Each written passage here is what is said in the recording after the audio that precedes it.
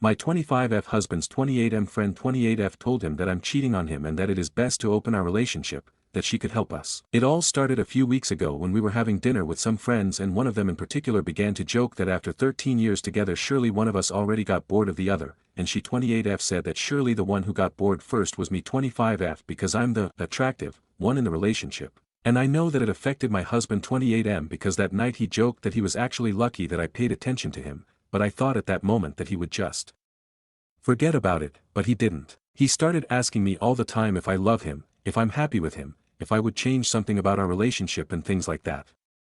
And yesterday while we were talking about it I told him that I would not change him for anything or anyone and he started crying, which was really weird because he rarely cries. And I didn't like seeing him like this so I spoke with his sister, with whom he is really close. She told me that for weeks one of our friends has been telling him that he should prepare for the day that I cheat on him or leave him, and she also told him that she thinks I'm already seeing someone else, that if he wants it to be less painful for him, it's best to open the relationship, that if he wants she and her boyfriend can help us open our marriage since it would be easier because we both know them, that this will help us because we will be able to experiment with more people and I will not get bored of him and he will also be able to have fun with her like the lifelong friends they are. According to his sister, he told her that he hates those things but if I want to do it he will let me experiment with more people. And to be honest I hate everything that has to do with open relationships too, if you like it great, but it's not my thing. And I thought that I was always clear with that, that's why I don't even know why that friend said that. She has an open relationship but she was never one of those people who wants everyone to be like them, she used to respect us so I don't know what happened. How can I make him understand that she lied about me because she probably just wants to sleep with him? Relevant comments. Commenter 1. She's saying all of it BC it's a power trip. She's jealous of you and wants to hurt you by showing you she can get with your husband. Talk to your husband. Tell him you know what she's been saying and that you are hurt, disgusted, and betrayed by her behavior. Calmly and gently tell him his doubts in you and your commitment hurt. That you mean it when you tell him he is the love of your life and you meant your vows. If he meant his, he goes no contact with this horrible friend. Now.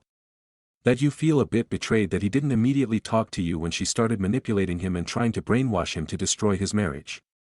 Block now, and she does not deserve an explanation. Commenter 2. Sounds like you need a new group of friends because I have no idea why you're still entertaining them. And when you take your exit, you should punch whomever it is in the face for putting these accusations out there. Jokes aside. I don't know how you could maintain a friendship with these type of people who throw your damn marriage into a spiral. Would not even be a second thought to me. They're out of my life for good if they're making false accusations against me. Commenter 3. Okay, let's review. She injects insecurity into your husband, basically telling him that you either will cheat or have cheated or want to cheat, and there's no reason for you to stay with him. 2. She tells him that reading between the lines and open relationship is the only way to handle that without losing you in the process. 3. She tells him that her and her partner are the way to start getting into open relationships. Seems to me she is a fucking snake who just wants to fuck your hubby, but knows he's too good a man to cheat on you. What you do, is end the friendship with her. Tell your husband that as far as you are concerned, the only threat to the marriage is the bullshit she's saying. You don't want an open relationship, you want him, and she knows that. So for her to say these things says to you that she has an ulterior motive. And for that reason, you suggest that you and he as a couple end that friendship. Final update. I 25F talked to my husband 29M and he told me everything she 28F told him. Apparently she's been telling him for months that he is not attractive enough to keep me for long, that love is not everything and that looks are important to everyone, and that people who say they don't care about beauty are lying. And that pissed me off so much, because for me my husband is really beautiful and I love him more than anyone in this world. If it wasn't like that I wouldn't have been with him for 13 years and she knows that. And the worst part is that my husband believed her because she destroyed his self-esteem with all those things that are not true just because she wanted to sleep with him and one of her partners. I think she said he's in his late 40s or something with me, or at least that's what she said. She has 2 boyfriends or whatever and one of them apparently knows me. I don't know how because we never met him and he told her that he would like to know if he could have a chance with me. That's why she's been messing with my husband's mind all these months. That's what she told us when we confronted her. She also admitted that she likes my husband, not romantically but physically, and that's why she also wanted to convince him to sleep with her, because she has liked him for years. Honestly, I don't understand anything about that world of having 2 or more partners and I'm not interested in knowing anything either. I just know that I find it disgusting. If you want to have a harem, that's up to you. Personally I don't want that and I find it disgusting that they don't understand it. like respect the people that don't like that, is that so difficult to understand? She apologized many times but my husband didn't forgive her and I don't intend to forgive her either. She behaved like an idiot and it is impossible for her to win back our trust. On the other hand, my husband and I are fine. Of course we had a lot of talks about what happened these last few weeks and about our relationship, but we're fine, and that's all that matters to me, that our little family is well, for us and for our children. Relevant comments. Commenter 1. Block her on everything, both of you. Cut her out of your lives. Commenter 2. Agree, these are not the actions of a friend. Commenter 3. Or even an ethical non-monogamist. If you start messing with other people's relationships for your lust, that's definitely not an okay way to practice non-monogamy. Commenter 4. I'm really happy to hear of this outcome and that the cooler heads have prevailed. She is a snake. She was more than happy to break up a 13-year-long marriage relationship just so that one of her F-buddies could have a chance with you. This is not just behaving like an idiot. This is very insidious behavior. Please cut her off from your immediate and extended family completely. You would need to let all your friends and family know exactly what she did. Don't think of having mercy on her or let this slide. She certainly wasn't thinking about that when she was trying to poison your marriage. The reason why you would want this to be known far and wide because, if she did this to you without compunction, she may very well do it again and again with other couples that are happily together. She may be more than happy to leave broken marriages in her path for her own personal pleasure. Commenter 5. Such a relief to hear that your family is okay. Better to go no contact with that bitch. You don't need those people in your life. Comment from OOP. We were only romantically involved and it was that way until I was 16. Stories number 2. Aita for picking a restaurant for my birthday dinner that did not meet the needs and requirements of my dad's wife and her son. My dad got married to Kathleen when I 22 was 15. Kathleen has 2 kids. A daughter I never met. I think she's in her late 20s or early 30s. And then she has a son Benjamin 18. Benjamin is allergic to peanuts and shellfish. On top of that him and Kathleen are very picky eaters. His diet when I lived there consisted of pizza, fries and burgers and beef and cheese tacos. He didn't eat fruits or vegetables. He didn't eat any meat except for beef. He'd eat chocolate and ice cream and stuff though. And he was so bad at checking labels and he had a few allergic reactions while we lived together. One time he had to be rushed to the hospital and spent a week in because he had such a bad reaction. Kathleen's super picky too. I can't remember all the stuff she wouldn't eat but it included any kind of fish, any kind of potato, rice, pasta, bread and stuff like that. This left us in a really weird position when my dad wanted to order takeout or take us out to eat. We had a couple of fast food places where Kathleen ordered salad and Benjamin ordered pizza and burgers usually. The food was never great but could have been worse. I think the part that sucked was every time we ordered out for my birthday or went out for my birthday it was one of the 2 places we had. Even a taco place was out unless they'd remove all veggies and extras except for the meat and cheese. And some places still put gross shit, to quote Benjamin, on them when they did seemingly comply. Anytime still they want to do a family meal out they expect us all to go to their chosen fast food places that work for Benjamin and Kathleen and I'm tired of dealing with them. They're insufferable about how others eat too so I never go. A few weeks ago I had a birthday dinner with my girlfriend and some family and friends. Dad wanted to come and he expected Kathleen and Benjamin to be invited too. I told him that was okay if they'd eat where I had chosen. I got an email from Kathleen and calls from Dad where I was told my restaurant of choice did not meet the needs and requirements of Benjamin and Kathleen and would me and the rest of the guests travel out of state for a dinner for my birthday so we could go to one of Benjamin and Kathleen's choices. My answer was no and I told Dad he could still come but I was not changing where I have my birthday dinner. Kathleen sent another email asking why I was being so hostile like her daughter and I should care about my family's health and interests. Dad and Kathleen were more upset to learn some of Dad's side flew out to join us for dinner when they typically won't accept plans from them to eat out. So now I'm facing more of their anger for my choice of restaurant. Comments. Commenter 1. NTA so your dad's relatives avoid eating with him and Kathleen because of the boring food. And jumped at the opportunity to have a nice meal with you. The rule is simple, your birthday, you choose. Your dad can go and have chicken nuggets with his wife any day he feels like it. But does not get to dictate how you organize your birthday party. Commenter 2. Wait a minute, her own daughter is so fed up with the dietary nightmare that is her mother and brother that stepmom considers her hostile. No, NTA. Accommodating for the peanut and shellfish allergy would be a reasonable ask.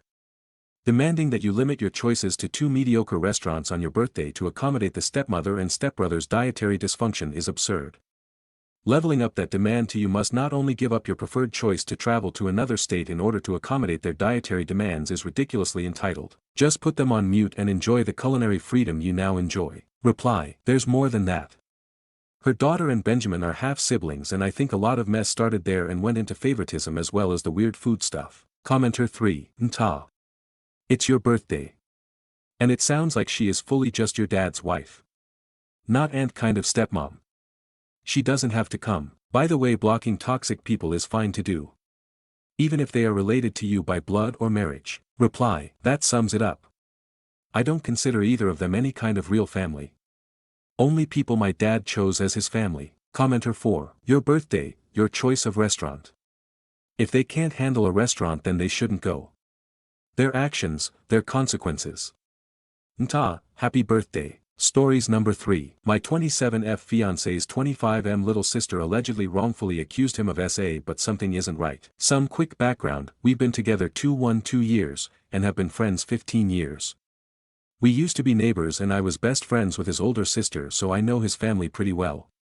They have 4 adopted siblings that came into their life shortly after we had met.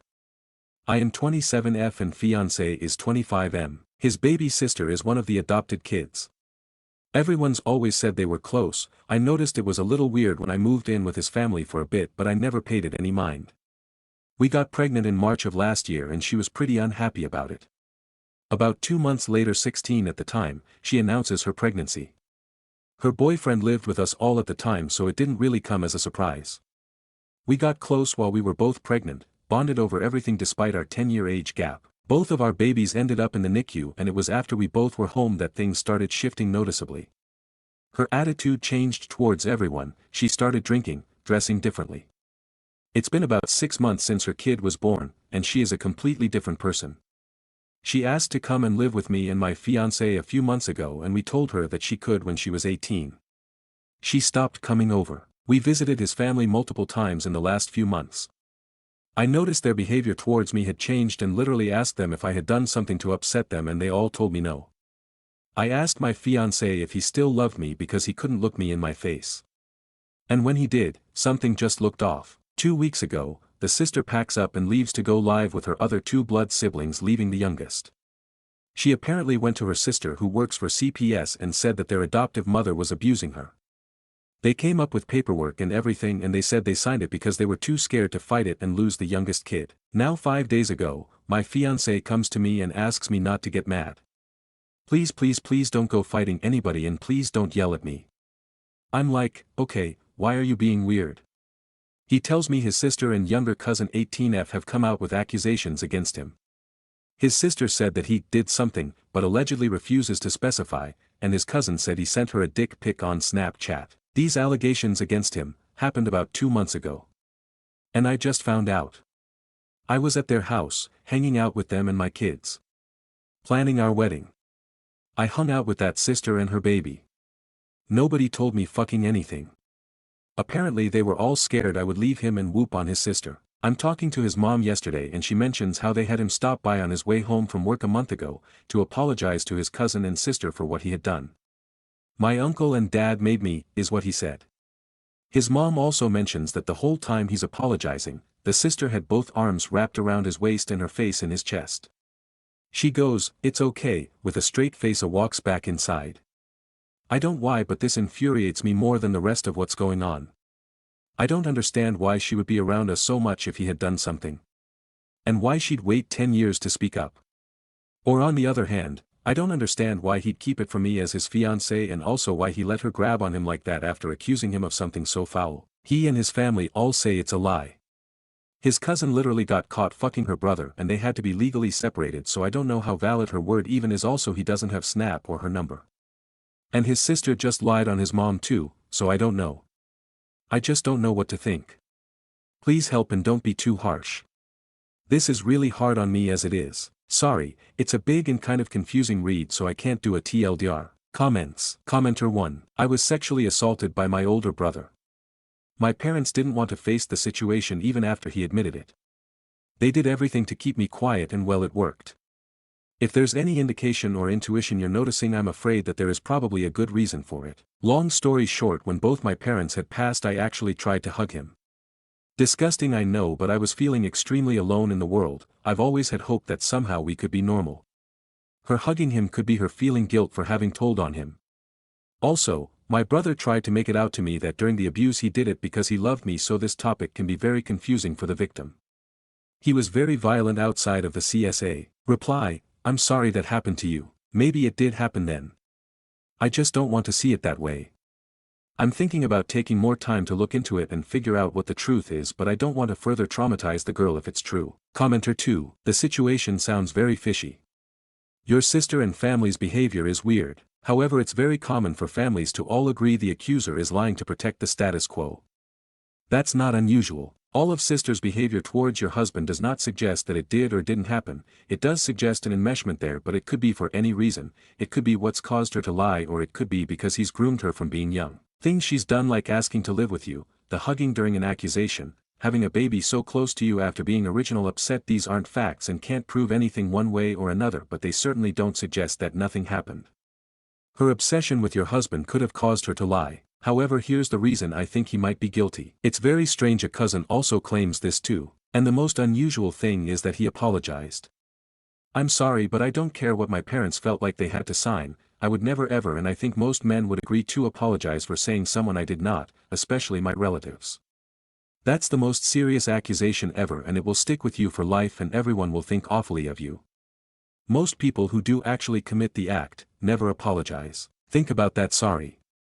If it didn't happen and nobody believes it did, why was he pressured by their dads to do it? If it didn't happen and the apology had to happen for some reason I can't make sense of, then why did he hide it for so long? It seems more likely that he's apologized for something he did do and then only told you once the dust had settled and he had control of the situation again. Also, you don't mention any police involvement when it's CPS is involved. There should be. Why not? Also, think about the fact he told you last, once it was all resolved. If he was facing an issue and was innocent and needed help, he'd have told you. One of the main concerns is that they don't want you approaching the sister. However, I think that's strange because it's like they don't want you to hear it from her mouth. All I can say, whatever you choose. When your children grow up, keep an extra eye on your husband around your kids and their friends. Most people don't believe if they live with someone capable of that. Now that you've heard a rumor, it's your responsibility to be more vigilant around your children and teens in his proximity. Reply, I agree that it's strange he apologized if he's innocent. Anyone that would do that. Commenter 3. Here's my advice, investigate. See if he's had Snapchat before and deleted it. In an iPhone, the symbol to re-download an app is different than the Get button for a new app. I understand there's some way to figure this out on an Android too. If he has, download it again. You can see on Snapchat who a person has messaged. Is his cousin there? You need to understand specifically what the allegations are. Is she saying he did this when they were children or recently? A child pressing boundaries with a young sibling, while completely wrong and concerning, is a bit different than if he did this as an adult. I might review their texts and even ask him to text or call her in front of you and get information. It's telling if she says, I'm sorry, I was just mad and wanted to hurt you, or I just couldn't keep it a secret anymore. This has a lot of red flags. Her enmeshment with him, her drastic change in looks and behavior, the cousin's added accusation, the apology, the secrecy. Tell him straight up you need clarity to stay with him. Reply, love this approach. I will definitely check when he gets home. I spent all night thinking of how I was going to talk with him and basically give him the ultimatum of clarity, or I leave. I believe they were 14 and 8 at the time. Either way, I don't appreciate the secrecy and overall feeling of the whole situation. Update. My fiancé and I spoke on his break at work.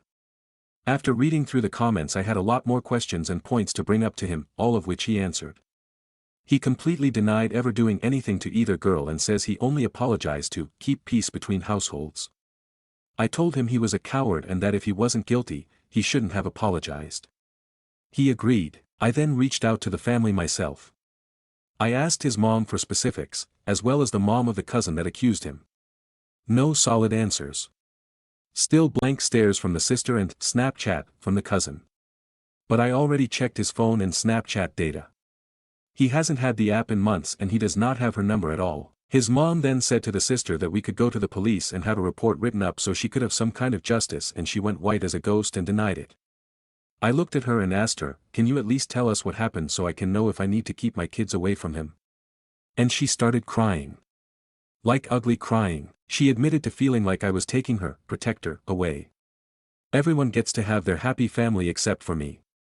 She admitted to planning her pregnancy after we announced ours and proceeded to show us the texts between her and the cousin plotting this shit over the last few months. They planned out what they were gonna say.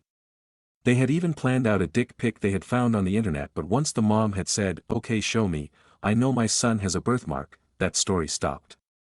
Their mom sat there, like shocked. And I walked out of the house. I called my fiancé and told him that he's never to see or speak to her again.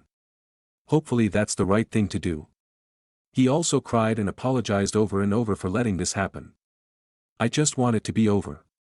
Our wedding is in 9 days and I feel like this just fucked up the whole experience in advance. Can I press charges on either girl for false claims? I'll update again soon if there are any changes. Thanks for any advice you guys give/gave. Edit. Fiancé and his mom have apologized to me and promised to never keep anything from me again. I told him that he didn't give me the chance to stand up for him, that's my job as his partner, and he broke down and said he was just scared to lose us. So we're gonna have to work on the trust, but it's better than what it could have been, I guess. Edit 2. I am blown away by people saying this is fake and acting as though people aren't capable of falsely accusing one another. Absolutely wild. And very sad to see how justice is dished out. Comments. Commenter 1. Highly destructive, very pathological sister, frankly, it's evil. Document everything. I would never speak to her again because that is just unwise. I would look at legal options, talk to a lawyer. Yes, false allegations happen. They aren't as common as real allegations, but they truly happen. Commenter 2. He should get restraining orders against them. His family should make sure that anyone told those allegations now knows the truth. This is foul. You might want couples therapy before getting married. His lack of communication is a big problem as well. Reply. He's looking into a restraining order for at least the sister. And I'm honestly thinking about just postponing the wedding, but where to even start with that. Commenter 3. That is exactly what his sister wants, is to have you cancel the wedding. Get married and keep them far away from you and your family. Stories number 4. I'm eloping on Friday because my family wants us to delay the wedding until my brother gets released from prison. I'm eloping on Friday because my family wants us to delay the wedding until my brother gets released from prison. We don't want to wait, so we are just going to the courthouse by ourselves. Ever since I got engaged a month ago, my parents, my brother, and some of my other family have been pressuring us to wait to get married until my other brother is released from prison. My M29 fiancé F29 and I plan to have the wedding in November. My brother will be in prison for at least another 5 years. There is no guarantee he will be released then, that is just the earliest he could be released. My brother went to prison over my nephew's death. My brother and his wife were convicted of manslaughter because the law required everyone on the boat to wear a life jacket and my nephew wasn't wearing one. His death destroyed my entire family. I don't want to wait another 5 years, and neither does my fiancé. We have been together for 3 years and we are ready now. I know my brother going to prison was hard on everyone, including me. I have missed him being around for so many years. I thought if I talked to my brother he would be understanding and tell everyone to stop pressuring us, but instead he got mad at me for wanting to get married while he was in prison. After that my fiancé and I decided we are just going to go to the courthouse on Friday by ourselves. No one in her family will care if we elope, and honestly we are done with the pressure. We aren't going to tell anyone until afterwards. Neither of us care about having a big wedding, and I am so tired of everyone telling us to wait until my brother gets out. I don't care if anyone is angry with us. I honestly don't. Some of comments. In response to a downvoted commenter, I said right in post that my brother going to prison has been hard on me and that I've missed having him around during all the years he's been in prison. I don't condone what he did and I'm upset he wants me to delay the wedding, but I am allowed to have more than one feeling about something.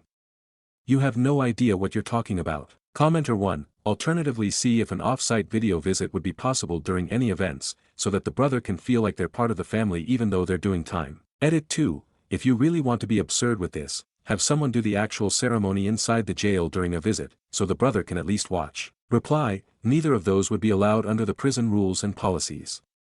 There is absolutely no chance. And I wouldn't have my wedding inside a prison anyways. Commenter 2. Your family is really entitled. The world isn't waiting for your brother to get out of a prison. Your entire family is insane for thinking you had to wait. Obviously, brother didn't ask for permission to do his crime, so him getting upset that you're living your life is ridiculous. Update post. I just want to say how much I appreciated the supportive comments in my first post. My wife and I did go to the courthouse on Friday, just the two of us. We F29 and M29 didn't tell a single person beforehand. We spent Friday and yesterday at home together. Today before my wife and I both went to work we called her parents and her sisters to tell them, and then we called my parents. After that we emailed or messaged some other family and friends. Everyone in her family understood why we eloped. My family not so much, but I don't care after the way they acted. My brother and his wife have been in prison for several years already, and the earliest they could be released is the year 2030. They are in prison for manslaughter because my nephew's death. The law requires everyone on the boat to wear a life jacket. No one on board including my toddler nephew was wearing one. My brother and my sister-in-law were both convicted of manslaughter after my nephew died. My wife and I didn't want to wait 5 years to get married. Also prison rules wouldn't allow for my brother to watch a live stream or see a video later on.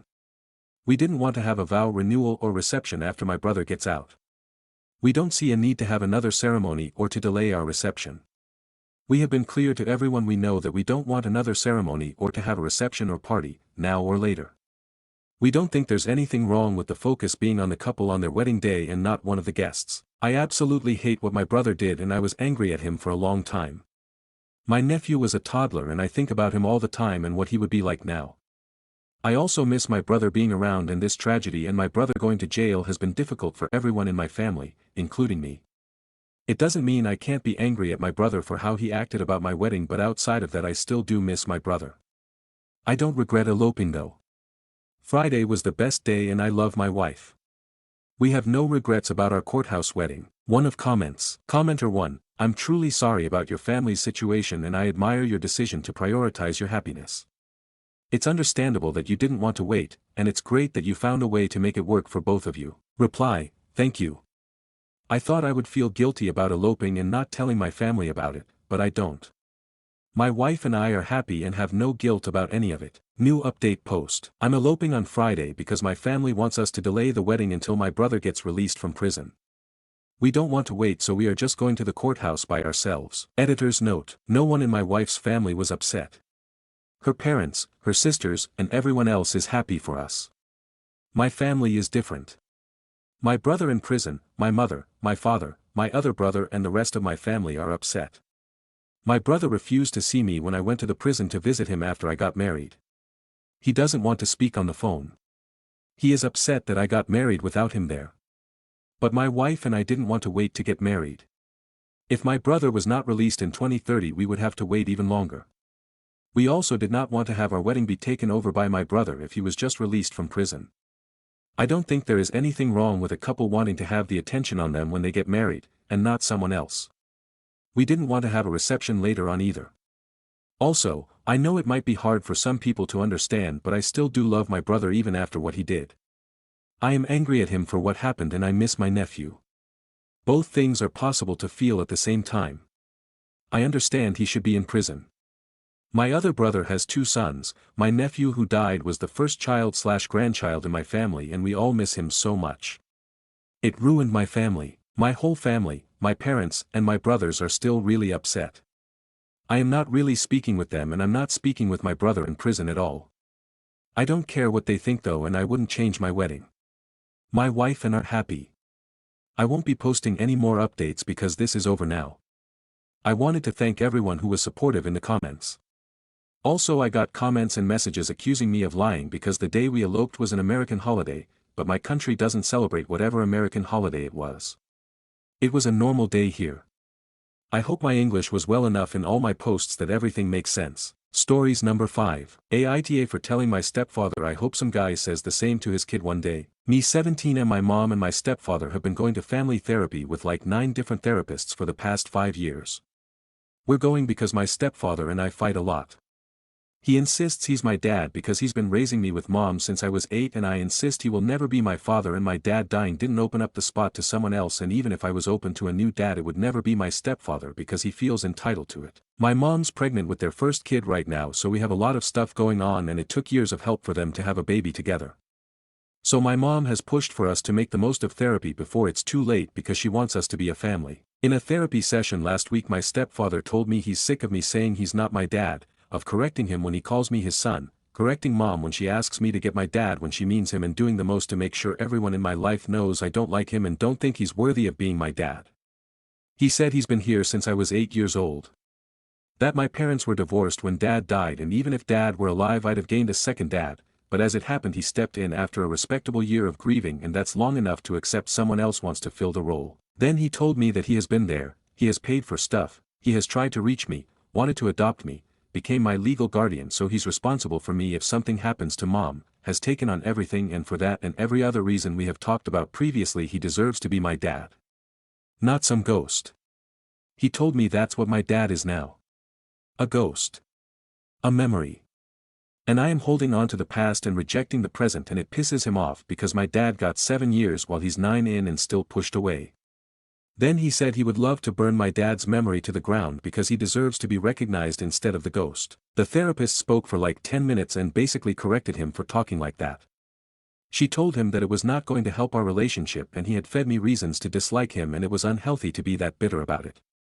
She said many stepparents don't ever get elevated past step, and some could be 40 or 50 years in the life of their stepchild. When she asked me if I had anything to say in response to my stepfather, I told Hi that I hope some guy says the same thing to his kid one day. That really pissed him off and the therapist asked me to step outside. You could hear him yelling.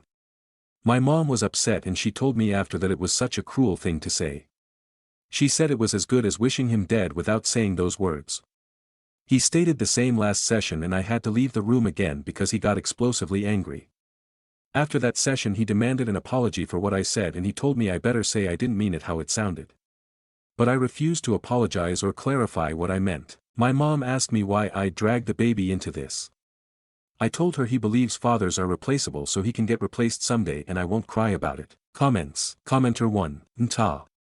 I would tell mom hope she's happy with y'all's relationship cause she has ruined it by pushing this. And she put his wants over you for years and that has consequences. Forcing relationships ruins relationships. And tell mom what he said was beyond cruel yet she didn't tell him off. Commenter 2. Ultimately I'm going to go with NTA. He kept pushing and said the heinous thing first.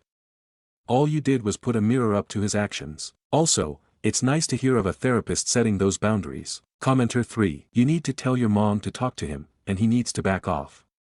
Your mom is just as guilty. You'll be leaving soon, hopefully for school. Do you have other family available to stay after you turn 18 and graduate? She will lose you, her firstborn child, if she doesn't get him to let this go. Reply. My mom won't talk to him. She keeps hoping we'll be a normal family and that I'll accept him, but he can never be my dad.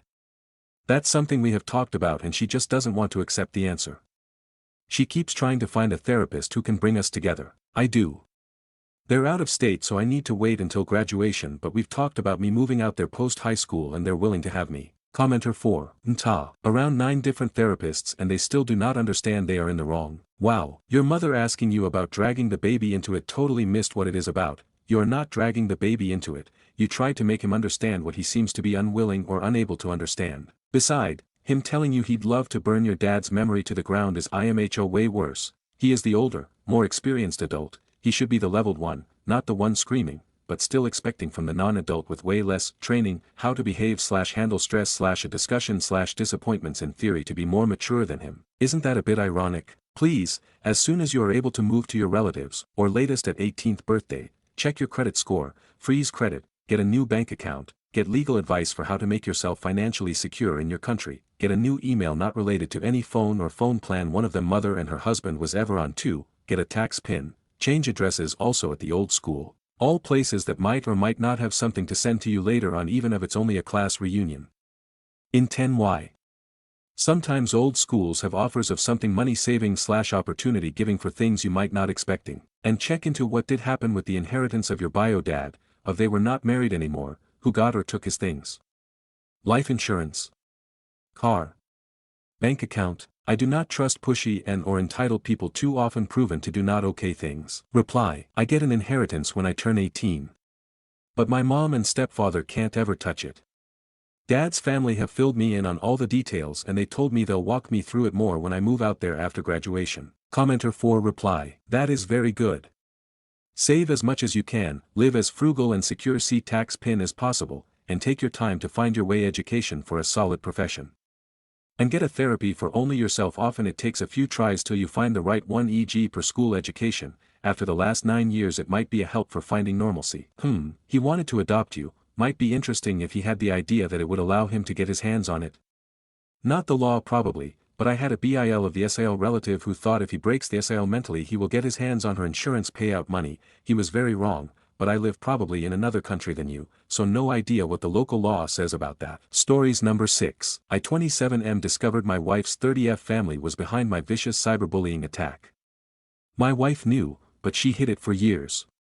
How do I move past this? My 27M marriage is in a really bad spot after a deep breach of trust. How to recover or how to trust my wife 30F again. For some context, we've been together 7 years and married 5. We have a child 2M. We met at a con. I thought her cosplay was amazing, struck up a conversation, and the rest is history. She's the most loving, unselfish, and decent person I've ever met. Our relationship was never without its challenges. Our biggest obstacle was her family. My presence was unwelcome. They're very close-knit, and if one doesn't accept you, then you're not getting far. There are a few family members who broke away from the pack, but no one hardly acknowledges them. They're no contact and black sheep. I didn't know how my wife's family was, but I did know family was extremely important to her. Her whole upbringing was based on family. So I tried everything in my power to make it work. They didn't really put up with me until our son. Between our wedding planning to shortly before the wedding, I was the target of some relentless and vicious cyberbullying. It got personal. Fake bad reviews polluted my business profile too. It cost me some potential clients. I didn't know where it came from or why. I couldn't find a solution. I'd report, but it'd take a while for anything to be done, or there'd be more accounts coming out for another round. The whole thing impacted my life and my mental health. It took a toll. My wife was incredibly supportive. She was my rock and my best friend. I loved her even more for her care and how she held me down. Then the trolling and everything stopped. I wanted nothing more than to move on. I put it all behind me until the other day my wife confessed that her family was behind the harassment. I didn't believe her at first, but she was serious and showed me proof in their family group chat. It felt like I was right back there again. They were gloating and justifying themselves. Saying stuff like, some people gotta learn the hard way, and, if he wants to join the fold, here's his initiation. I knew I wasn't their favorite person, but I never realized they hated me and would go to such extremes. I asked my wife when did she find out and if she was a part of it. She swore she wasn't and that she'd never do that to me. She claimed she didn't initially know it was her family until a few months before our wedding. One of my SIL's 28F left a profile up on her phone, and my wife saw it. She confronted her family and made them stop. I asked why she was telling me everything now. She said it was weighing on her, and she opened up to her eldest sister 35F, one of the family's black sheep. She threatened to tell me the truth if my wife didn't. Nothing my wife said made it better. She knew for years what her family did and hid it from me. She kept everything quiet. It hurts more coming from her because she knew firsthand my pain. I was pretty numb. My wife was anxious and kept pushing for me to say something. I told her there wasn't anything she could say right now that would make it okay. What she did was no better than her family. They made my life hell, and her first instinct was to cover for them. She started crying and begged me to understand. She said it wasn't like that, and she was trying to make things right with as little damage as possible and mend relationships. I wasn't very receptive to her. She wasn't reaching me. I couldn't help her or myself. I told her I needed some time to clear my head. She was against it. She said we could work through this together, but I was firm on space. Space isn't a request she's respected. I'm really trying to understand her side. I'm trying to move past it, but I feel so betrayed. I trusted her more than anyone. I'm my most vulnerable with her. I kept opening up to her about the incident even after she knew the truth. She encouraged me to let it go and not allow it to have any claim on me. I thought she had my best interest in mind. Now I just see it as her attempt to protect her family yet again. I haven't confronted anyone involved. I don't think they're worth it. But I've made it clear they're no longer allowed to see our son until further notice. Now I'm getting texts about how I'm depriving my child of grandparents and aunts over past family spats. One of the hardest parts is the distance from my wife. She's my best friend and partner in every way. Now we're mostly only communicating about our son and other household necessities. She's hurt by my rejection, and she's been crying often. Ick if I'm being unfair to her. I hate all of this. I want to make our marriage work, but I'm questioning our relationship up to now. I'm just really lost. I need an outside perspective. How do I navigate this situation and move forward for my marriage and myself? TLDR, my marriage is in a bad spot. Ick, how to trust my wife again. I was the target of some relentless and vicious cyberbullying for months.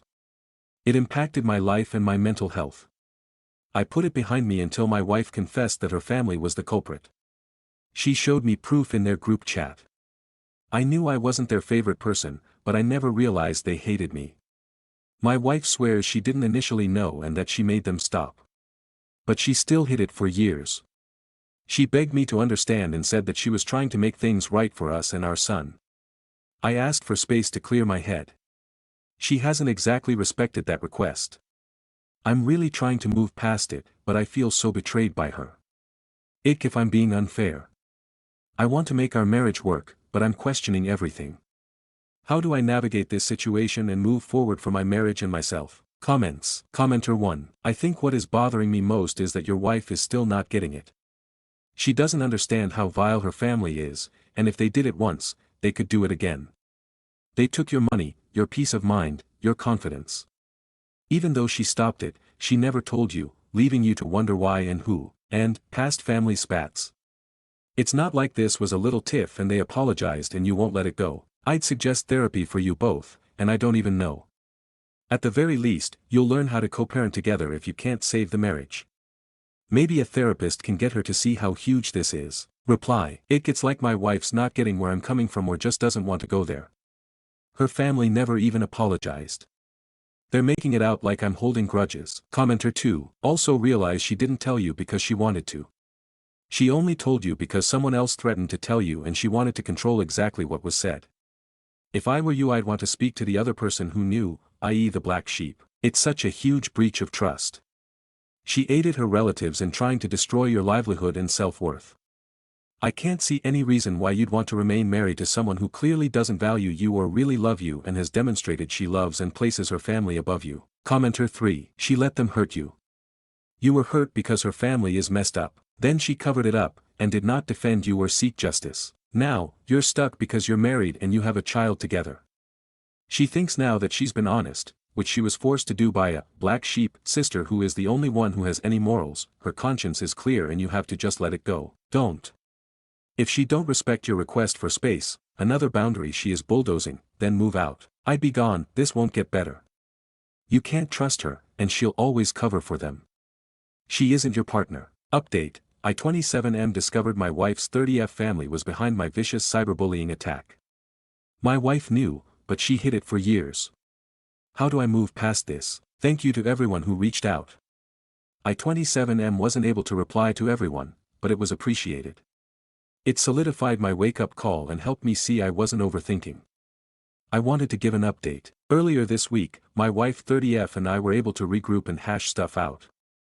I was glad I took the space I did because even though this situation is still hurtful and feels like a massive betrayal, I was in a better position to talk. My wife thought I was calling it quits, but I told her we were at a crossroads and needed to talk things out. She apologized for what her family did and her role in it. She said she never intended to hurt me. She had convinced herself she was protecting me from more pain. She realizes now she was largely protecting herself. She admitted she was afraid of telling me the truth because she thought it wouldn't just end the wedding but that I'd end the relationship. She lost other relationships and friendships over her family. She didn't want to lose me too. Over the years, she wanted to tell me but kept talking herself out of it, and then the cover-up kept getting bigger, and she didn't know how to confess. I told her I didn't agree with her choices, and I wished she had more trust in me and our relationship. I meant it too. I wouldn't have just ditched her. She asked where do we go from here and promised no matter the outcome, there wouldn't be any more secrets between us. I told her I wanted to work on our marriage, but things needed to change. We couldn't survive with her family looming, and I didn't want our son exposed to them. She asked what I needed of her. I was never big on ultimatums, and I don't really consider this as one, but I was adamant that any path of us moving forward together would mean radical boundaries with her family. She was honest that the thought of making this big of a move against her family was scary, but said if it's between them and our son 2M, then she chooses us. Her agreement was major for me because I really didn't know where she'd land if she had to choose. I never wanted to put her in that position, but after everything her family did, I feel there was no other way. The reason I have hope that my wife is being for real is because she sent a text to their group chat stating to stop blowing up my phone and that the no access to our son until further notice is a joint decision she fully supports. I didn't expect that of her. She did it on her own. Of course, they didn't like it. Now she's labeled as disrespectful and ungrateful, and how the black sheep eldest sister 35F and I are poisoning her against them. It was also said, what kind of man takes a woman away from her family over a spat? This isn't a spat, nor do I have anything to prove about manhood. They led a whole campaign designed to ruin my life. Their actions are chilling to me. These are the same people who looked me in the eye with a straight face while everything was going on. This is about protecting my family. My wife has gone low contact. Her family has this mindset that significant others or friends come and go, and it's family who is the constant and where loyalty should be. They can't seem to compute that my wife, our son, and I are the core family. They're extended family, and they don't have a claim over our son. Being involved with him is a privilege, not a right. It's what their exact issue is with me.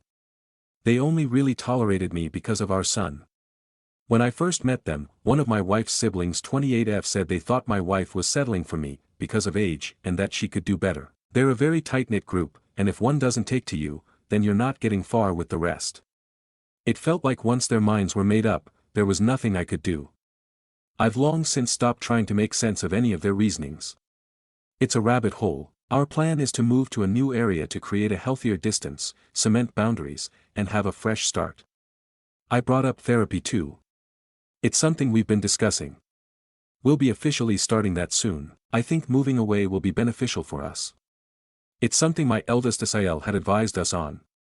During the wedding planning, she was encouraging my wife to move and create our own space away from their family's isolating circle. I know my wife is more than just her family. I've seen it firsthand. She shines so bright when away from their influence. That's what I meant when I said she was the most loving, unselfish, and decent person I've ever met. If I'm being honest, it's how things will turn out. I'm still hurt, I still feel betrayed, and my wife's facing her own challenges with low contact, but I want to be hopeful. I don't want to close the door. I'm hoping we can heal together. Thank you again to everyone for the support. I found not everything is as isolating as with the majority of my in-laws. It means more than you know. TLDR update 2. My marriage is in a bad spot. How to trust my wife again. I was the target of some relentless and vicious cyberbullying for months. It impacted my life and my mental health. I put it behind me until my wife confessed that her family was the culprit. She showed me proof in their group chat. I knew I wasn't their favorite person, but I never realized they hated me. My wife swears she didn't initially know and that she made them stop. But she still hid it for years. She begged me to understand and said that she was trying to make things right for us and our son. I asked for space to clear my head. She hasn't exactly respected that request. I'm really trying to move past it, but I feel so betrayed by her.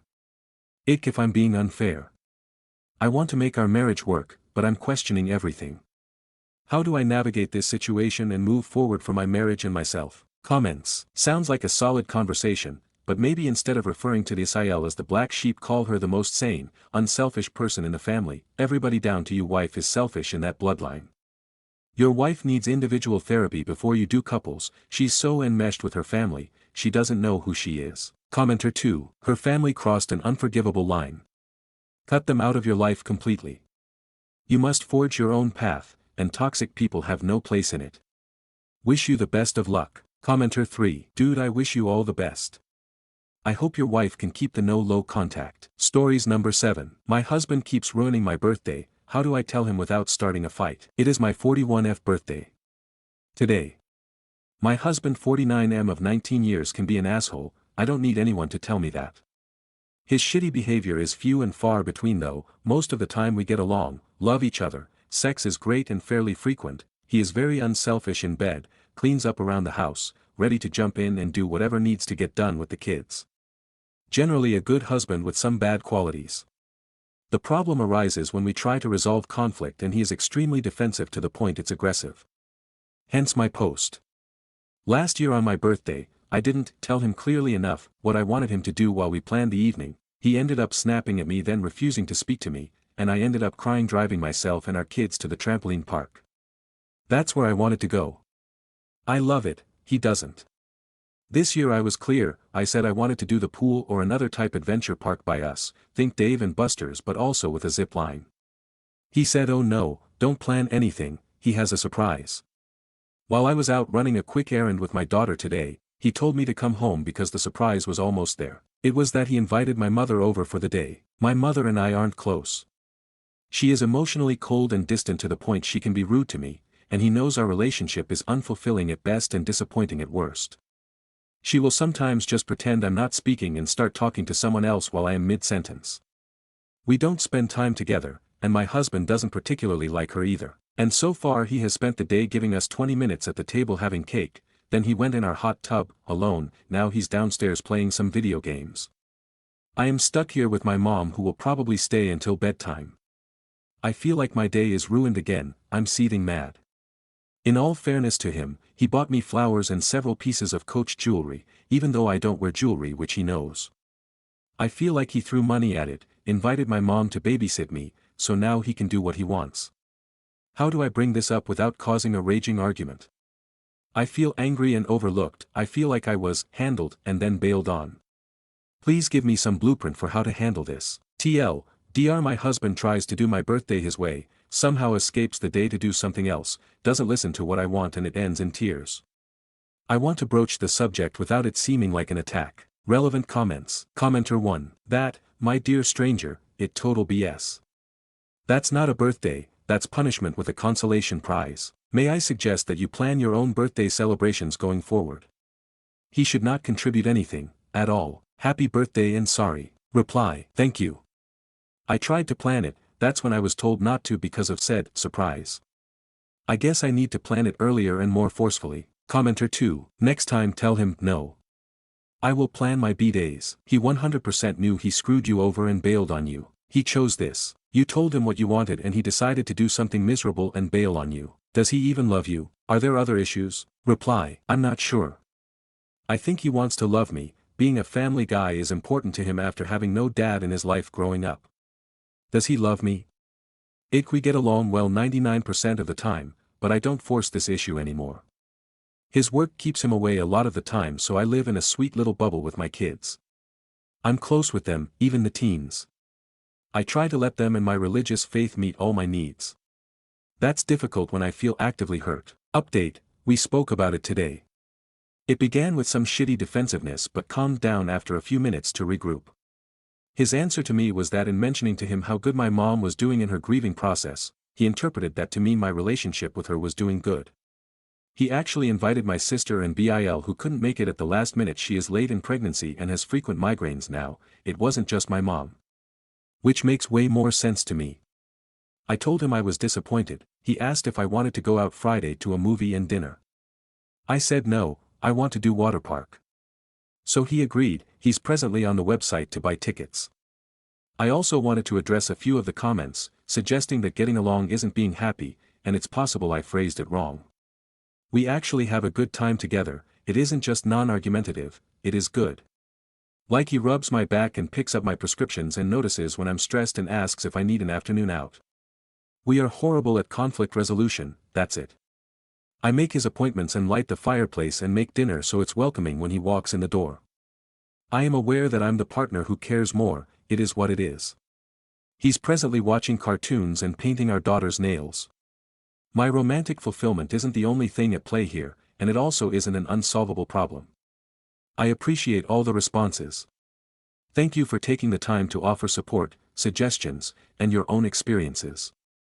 They were heartfelt and personal, and I don't take any of that lightly. Relevant comments. OOP added in the comments. Yes, I know we have issues. I realize his behavior is not acceptable. I also realize that half the problem is that I've been accepting it. As pathologically defensive as he is, I'm pathologically averse to conflict. I'll eat something for 10 years because I am scared to say anything to anyone. This is not just him, it's my whole family. I'm a product of my environment too. How is her husband around holidays? No, he's usually pretty decent about holidays. He stays up to wrap all the presents. I make a house full of rhyming clues for the kids to find their Easter baskets and Christmas stockings, which he gets into if he's home. When I said idyllic little bubble, I meant an abandoned kid, never saw anything like this up close, so he learns as he goes. Has had to relearn everything that ever helped him survive, and he's gotten past a lot, mostly through counseling and recovery programs. Want to make this as balanced as possible, because I hate Reddit stories that paint one person as a hero and one as a villain by cherry-picking information. I'm aware his faults regarding his temper are extremely toxic. This is a person with good traits, who will see a single mom and her kids in line at Subway and slip the cashier enough to buy their whole meal, and never breathe a word that it was him. Who cut my dad's lawn an hour away when his CHF made it impossible to walk across the yard. He's as ready to apologize after he realizes he screwed up, he doesn't gaslight me or blame me later. Update 2. If this is done in the Reddit sphere, but I'm about to turn 42, so time for an update. This past year we got to a point of no return that forced us into counseling. It has been nothing like I thought it would be. The program itself requires you to stay in your circle, which means you can only answer the questions in the material about yourself, like your habits and your beliefs. Like I explained before, my religious faith prioritizes faithfulness, humility, and self-denial in marriage, but as that turns out, codependency is not a sacrificial value, it's just being a self-aggrandizing martyr and stepping over all the other boundaries that God sets for married couples. My biblical advice would be to not. Forgiveness and patience are good, but being a doormat who is allowing sin in your home is not. His progress has run parallel to mine. Recognizing destructive and abusive patterns, and that those were his problems to solve and not mine by what I did or said. It didn't matter if I said something benign that triggered his PTSD or smashed his windshield with a baseball bat, his response was still his own responsibility, and a perceived attack or even a real one didn't give him the right to hurt me, not physically, but still very real with his temper. I reread a lot of these comments, and some had made some wild assumptions and some hit the nail on the head. He was selfish on certain issues and I had not the self-esteem nor the courage to speak up on those matters. So here we are, a month shy of a year later, and done the hard things. Still doing the hard things, which is being honest about ourselves, to God, our tribe and each other. It's unfamiliar territory. I feel incredibly vulnerable. But I don't want my girls to grow up and repeat this, and I have an obligation to show them that people can do better if they want. He apologized to our daughters the other day for how he behaved in front of them. Then to our son. But first and foremost to me. We're planning a trip for my birthday. Without my mother, lol. I guess after all is said and done, you know your partner. I knew he could change, I knew he wasn't playing a role but that he wanted to be more, and just lacked the skills. I knew I should change, but I felt I couldn't, and it was all on him to be better, so it would be easier for me to be codependent and anxious. If you know your partner has the character and commitment to change, he can. If you think the problems have nothing to do with you, you're wrong, even if you're just allowing them to continue. Forgiveness without accountability is really just permission to do it again. Thanks everyone. Stories number 8. Quality employee doesn't socialize. My report is a high-performing and highly knowledgeable. Took us almost a year to find an acceptable candidate for the skill set in their field. The role has been remote since hire and is technical in nature without a requirement for physical presence anywhere to do the job, just an internet connection. I have 2 problems I don't know how to address. They're refusing a return to office initiative and said they will separate if forced. Senior management is insistent, but they know we can't go without this role for any time period for the next 3 years, else lose a vital contract for the company. I proposed getting a requisition open to hire an on-site replacement but was turned down. They refused to travel for team building events. They explicitly stated they have no interest socializing outside of work. We recently had an off-site team meeting they didn't attend because outside of a vendor presentation that is admittedly outside of their area of practice, the schedule was meals and social events. I explained how fun it would be, but they said having their life disrupted for go-karts wasn't worth it and it would be disruptive to their home life outside of work hours. They get along well with the team, so I'm not really worried about the collaboration, but I think other people noticed they skip this kind of stuff and it hurts the team morale.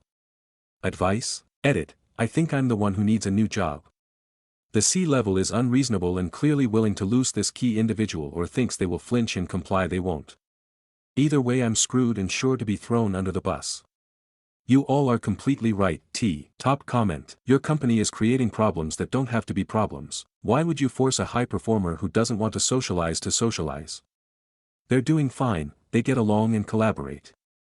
Let it go. Only your company can decide if RTO is so critical they're okay to risk this role being empty. OOP's reply to the question, what's the issue? They aren't following the RTO mandate and don't come to team off sites. To this comment, good grief, leave this poor guy alone to do his work. Reply, so everyone else has to do these things but not them? That's not applying policy uniformly. The commenter responded with, nobody should have to socialize outside of business hours. He's just the only one with the clout to tell you no. Reply, they skipped the vendor meeting. That was totally during business hours. They didn't want to travel for it. A question, have you tried talking to them? Or strictly threats? Reply, I've tried talking and reasoning with them, I don't have any threats to make. They could have another job tomorrow and we'd be up a creek for the next year. Somebody replied to that with, this needs to be communicated to your leadership. He has all the leverage here. Your company needs to understand that. Replies with, I've told them until I'm blue in the face. I feel so trapped. A commenter stated, the problem here is not this particular employee. It's the fact that you have allowed critical knowledge and performance to become too concentrated in a single individual. Until you can address this mistake so you won't be up a creek, if this person leaves, you have no practical alternative to dancing to their tune. Reply, there are less than 100 people in the US that do what they do. This isn't something we allowed to be concentrated, we literally can't staff the position efficiently. Another commenter, this sounds like a made-up story. If he's not replaceable, don't make him RTO against his will. Reply, I don't want to make him. I'm stick between dead set C-level and an irreplaceable individual contributor. Somebody else replies to that with, your C-level can't get what they want this time. They have to decide if they will let him stay remote or lose him. Those are the choices. Reply, I agree. I think they're used to having all the leverage and don't know how to leave that mindset. Another comment, I am assuming this is not real, but then again the world is big and full of wonders. You just need to document what you have done according to policy to cover yourself. Your company is stepping on a rake, you are just getting hit in the face first. You, as an extension of your bosses, are going to lose this employee. Cynically speaking, you can try and call their bluff, but if you win and they are TO, they will not be putting in their best work. They will be looking for better work. Based on your comments, that means your company is up a creek and you should be looking to jump ship yourself. Reply, this is where I am leaning. I think they're a good employee, but my leadership is forcing their departure. Somebody else replied to OOP's comment, and the best part, you'll be responsible. Reply, FML, update, quality employee doesn't socialize. Well, I went in this morning and talked with the head of HR and my division SVP. I told them flat out that this person was out the door if they mandated RTO for them. They tried the, well, what about just 3 days a week thing, and I said it wouldn't work. We could either accommodate this employee or almost certainly lose them instantly. You'll never guess what I was told by my SVP. I'm not telling the CEO that we have to bend the rules for them when the CEO is back in office too. Next week they start in person 3 days a week, no exceptions. I wish I could say I was shocked, but at this point I'm not. I'm going to tell the employee I went to bat for them, but if they don't want to be in person they should find a new position immediately and that I will write them a glowing recommendation. Immediately after that, in handing in my notice I composed last night anticipating this. I already called an old colleague who had posted about hiring in LinkedIn. I'm so done with this. I was blinded by culture and couldn't see the forest for the trees. This culture is toxic and the people are poorly valued. Thanks for the feedback, I needed to get my head out of my rear. Top comment, hey, appreciate the follow-up. It's a difficult situation, but I believe that's the best you could have done, realistically. Wishing you the best in the next steps regardless of what happens. I think you can see around the corner pretty well, so hopefully that will be appreciated in your next role. OOP's reply, appreciate this reply. Best to you. Another comment, RTO is intended to get a percentage to quit rather than lay them off, so congratulations on sticking it to them, I guess. OOP's reply, they stick it to themselves. I'm not leaving because of RTO. Without a doubt in my mind they are going to lose a major contract because of this personnel fumble. Another commenter asks, just curious, when you talked to your SVP were you able to show measurable things that would be impacted if this person went away? Projects that wouldn't be completed, updates, that wouldn't happen, things like that? If so, what was their response? OOP's reply, they know that this person is critical for a contract we hold. They know the other team members can't do the job and rely on this IC's output to do theirs. They're more focused on compliance from the employee. This comment: a lot of companies are demanding RTO when it's not needed. Get this reply from OOP: I'm under the impression it is to justify the real estate holdings on the balance books. A concerned Redditor asks, did you write an email to the SVP, CCHR, recapping the conversation and takeaways so there's a paper trail of the risk and that it was dismissed? Even if you leave the place, people will still talk and word gets around. OOP's reply: I am in a one-party consent state. I've been concerned about getting blamed for this and have been recording in-person conversations. There have been so many emails about this. This was only the cherry on the cake for me, not a change in the conversation that's been happening for months. One last comment from another Redditor: editor's note, they are talking about RTO. It's designed to get your most marketable and probably most valuable talent to find new jobs while those who cannot find new work stick around. Not necessarily how leadership sees it, but that is what it de facto does. Bold strategy, Cotton. Let's see if it works out. Marked concluded: as it seems that the matter is resolved, OOP's quality employee is probably going to quit, and so is. Stories number 9. Aita for serving divorce papers to my husband after he and his mom treated me like they're made for 2 years. When I 33F married my husband 35M, things were okay at first. He had a decent job, I had a stable one too, and we both agreed to go 50-50 financially on a home we bought together. However, I was only the one doing the cooking, cleaning and vacuuming. I come from a place where the gender roles are strict and women are expected to cook and clean despite their income. I was okay with this setup because I grew up watching my mom and granny doing the same. In fact, I was grateful that I was allowed to work and earn money to buy little things that made me happy. I have witnessed my friends who have doctor degrees staying at home and looking after kids because they weren't allowed to work. Suddenly everything changed 3 years into the marriage when he got laid off. I supported him completely at first, emotionally and financially, and he kept saying it was temporary, that he'd get back on his feet and make it up to me. I believed him. But that temporary phase turned into nearly 2 years of absolutely nothing. Eventually he stopped trying. No job applications, no freelance gigs, no effort at all. He'd sleep in until noon, eat whatever I cooked, sit on the couch all day, and act like a prince in exile.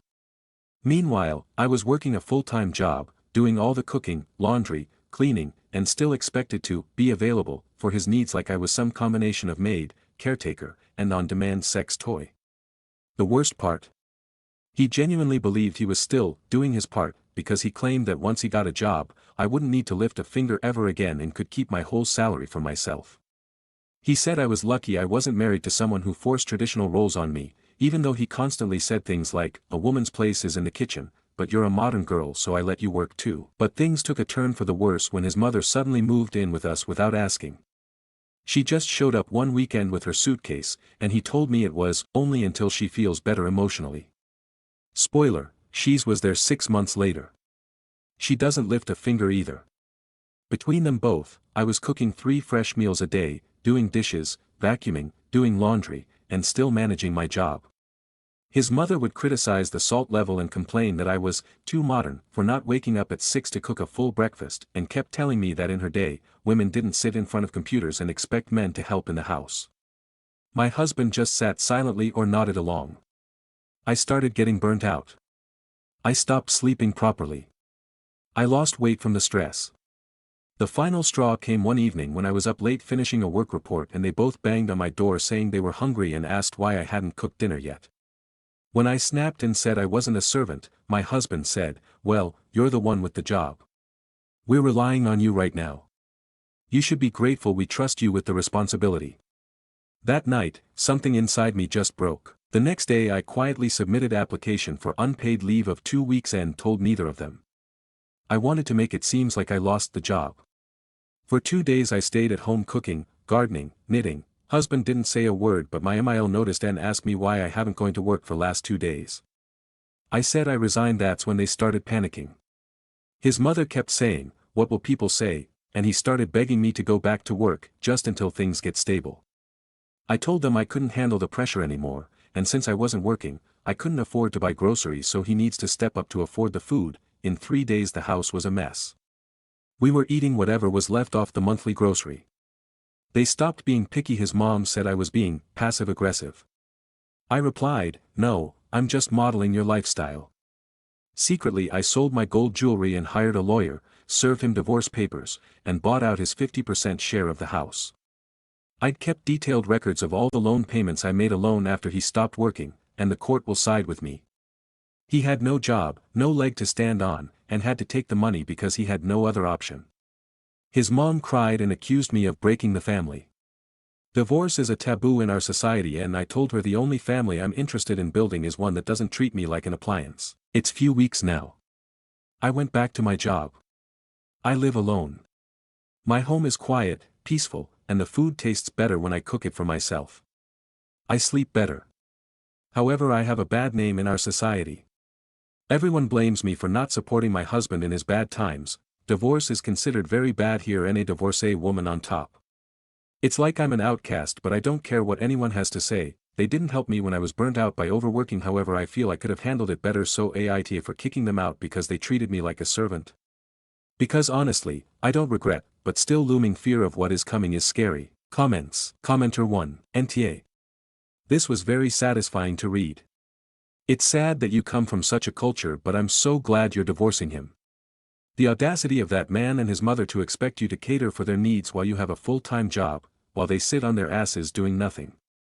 The worst thing about this is society backs them. You could be the most amazing, successful woman in society will still think that lazy man is better than you. Good for you for leaving.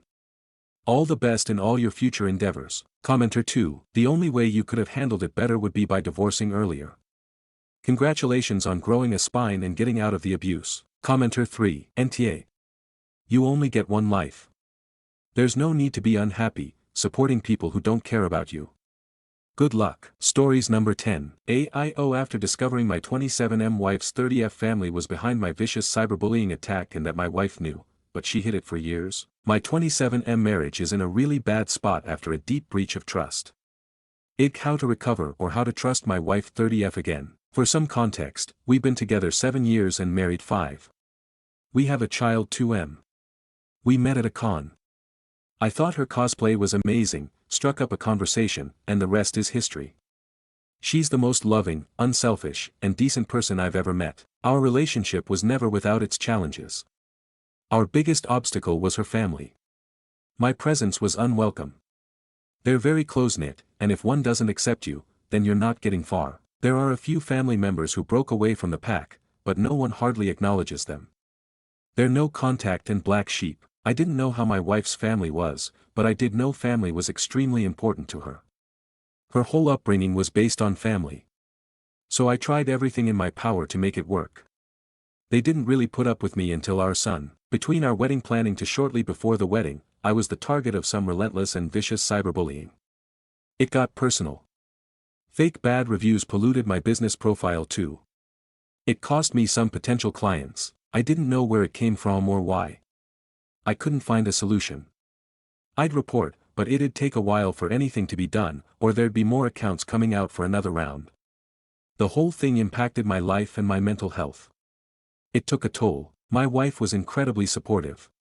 She was my rock and my best friend.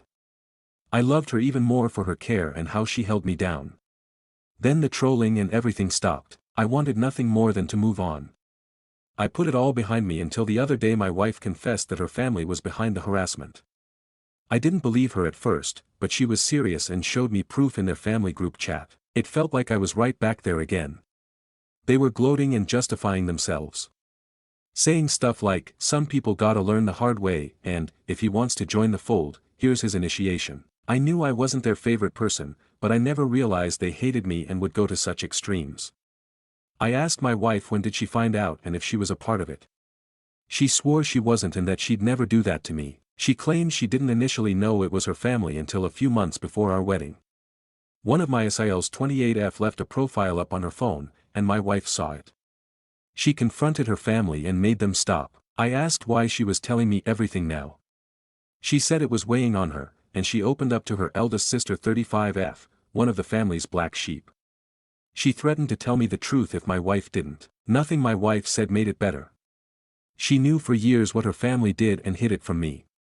She kept everything quiet. It hurts more coming from her because she knew firsthand my pain. I was pretty numb. My wife was anxious and kept pushing for me to say something.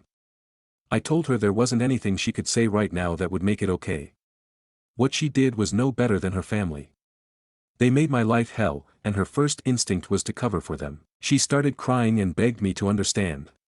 She said it wasn't like that, and she was trying to make things right with as little damage as possible and mend relationships. I wasn't very receptive to her. She wasn't reaching me.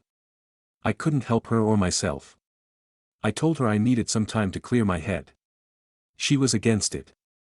She said we could work through this together, but I was firm on space. Space isn't a request she's respected. I'm really trying to understand her side.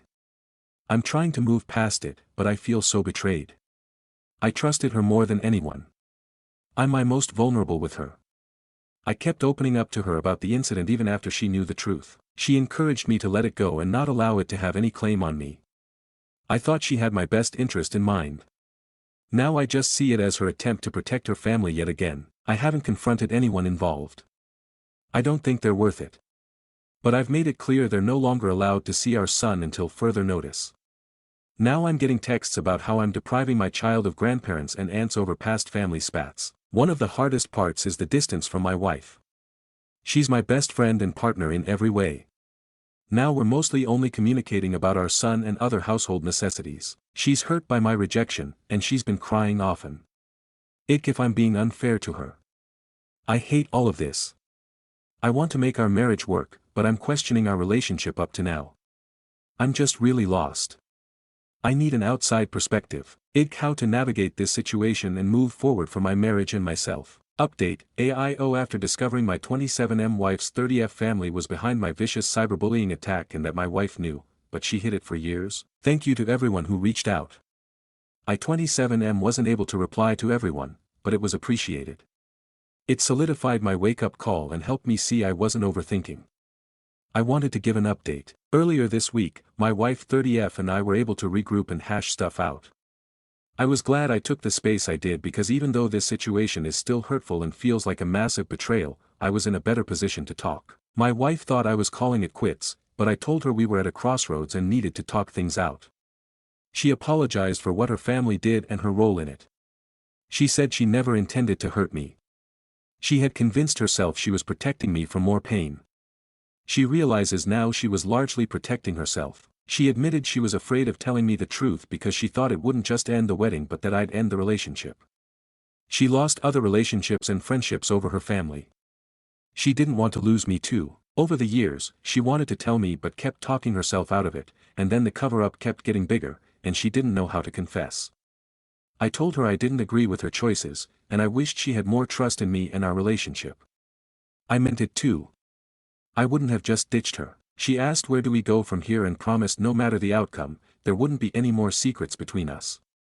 I told her I wanted to work on our marriage, but things needed to change. We couldn't survive with her family looming, and I didn't want our son exposed to them. She asked what I needed of her. I was never big on ultimatums, and I don't really consider this as one, but I was adamant that any path of us moving forward together would mean radical boundaries with her family. She was honest that the thought of making this big of a move against her family was scary but said if it's between them and us/our son 2M, then she chooses us. Her agreement was major for me because I really didn't know where she'd land if she had to choose. I never wanted to put her in that position, but after everything her family did, I feel there was no other way. The reason I have hope that my wife is being for real is because she sent a text to their group chat stating to stop blowing up my phone and that the no access to our son until further notice is a joint decision she fully supports. I didn't expect that of her. She did it on her own. Of course, they didn't like it. Now she's labeled as disrespectful and ungrateful, and how the black sheep eldest sister 35F and I are poisoning her against them. It was also said, what kind of man takes a woman away from her family over a spat? This isn't a spat, nor do I have anything to prove about manhood. They led a whole campaign designed to ruin my life. Their actions are chilling to me. These are the same people who looked me in the eye with a straight face while everything was going on. This is about protecting my family. My wife has gone low contact. Her family has this mindset that significant others or friends come and go, and it's family who is the constant and where loyalty should be. They can't seem to compute that my wife, our son, and I are the core family. They're extended family, and they don't have a claim over our son. Being involved with him is a privilege, not a right. What their exact issue is with me. They only really tolerated me because of our son. When I first met them, one of my wife's siblings 28F said they thought my wife was settling for me, because of age, and that she could do better. They're a very tight-knit group, and if one doesn't take to you, then you're not getting far with the rest. It felt like once their minds were made up, there was nothing I could do. I've long since stopped trying to make sense of any of their reasonings. It's a rabbit hole. Our plan is to move to a new area to create a healthier distance, cement boundaries, and have a fresh start. I brought up therapy too. It's something we've been discussing. We'll be officially starting that soon. I think moving away will be beneficial for us. It's something my eldest Asael had advised us on. During the wedding planning, she was encouraging my wife to move and create our own space away from their family's isolating circle. I know my wife is more than just her family. I've seen it firsthand. She shines so bright when away from their influence. That's what I meant when I said she was the most loving, unselfish, and decent person I've ever met. If I'm being honest, it's how things will turn out. I'm still hurt, I still feel betrayed, and my wife's facing her own challenges with low contact, but I want to be hopeful. I don't want to close the door. I'm hoping we can heal together. Thank you again to everyone for the support. I found not everything is as isolating as with the majority of my in-laws. It means more than you know. Stories number 11. Aita for getting my friend's GF arrested after she got drunk and broke things in our house. Hi guys, this is a bit of a long story. So, for some background, a few months ago my best friend Mark 27M moved his girlfriend Heather 25F in with us. My wife, Cindy 27F and I 26M were okay with this. Mark and I have been friends since elementary school. Right before Heather moved in she got herself pretty drunk that ended in a screaming match with her sister and throwing things at Mark. We weren't too happy with this, but Mark said he talked to her, and she wouldn't get to that point again. Well, on to the story. 2 weeks ago we were all hanging out and having some drinks. Mark and Heather were going a little crazy but they're adults so whatever. Well, Cindy and I decided we were going start on dinner since Heather was pretty unintelligible and it was like 9 p.m. Mark started also working on dinner so I hung out in the living room while Cindy went to our room. Heather goes into their room, then she comes back out and heads outside for like 20 minutes, I asked if she was good and got a small mumble. Heather comes back in, goes into the kitchen and then back into their room again. At this point Mark is done making their dinner and goes into their room. Mark comes out and sits with me in the living room and we are talking about my brother's upcoming bachelor party. We then hear banging coming from their room. Mark went to go check on Heather but she had blocked the door. He convinced her to open it and he went in. Heather starts screaming and yelling, continuing to slam things around. After about 10 minutes of hearing Heather yelling and Mark trying to calm her down I went in and told Heather she needed to calm down. She starts yelling some really weird and extremely racist things that I won't put here. Heather is half Hispanic half African American BTW. She starts getting louder and tearing things off the walls. I told her she needed to go outside to calm down. She refused and started picking up their bed and slamming it down. I told her if she didn't stop we would call the cops so she could go calm down somewhere else and wasn't tearing things up. She just got louder and slammed the bed even more. I told Cindy to call the cops and tell them we needed Heather gone for the night. 2 cops show up and ask the 3 of us to step outside while they try and talk to Heather who just continues yelling.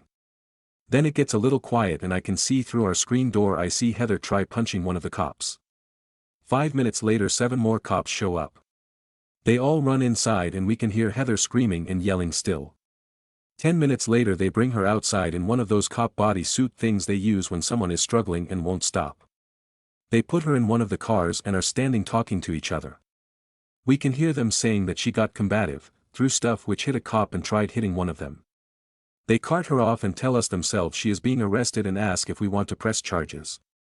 Since she didn't do anything to us we said no.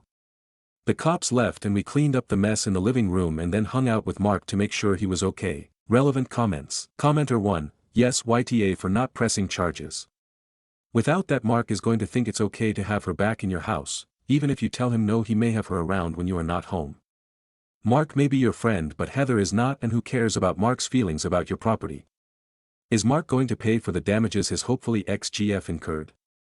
Without pressing charges you'll have to sue her for damages and a judge is going to ask why you didn't press charges.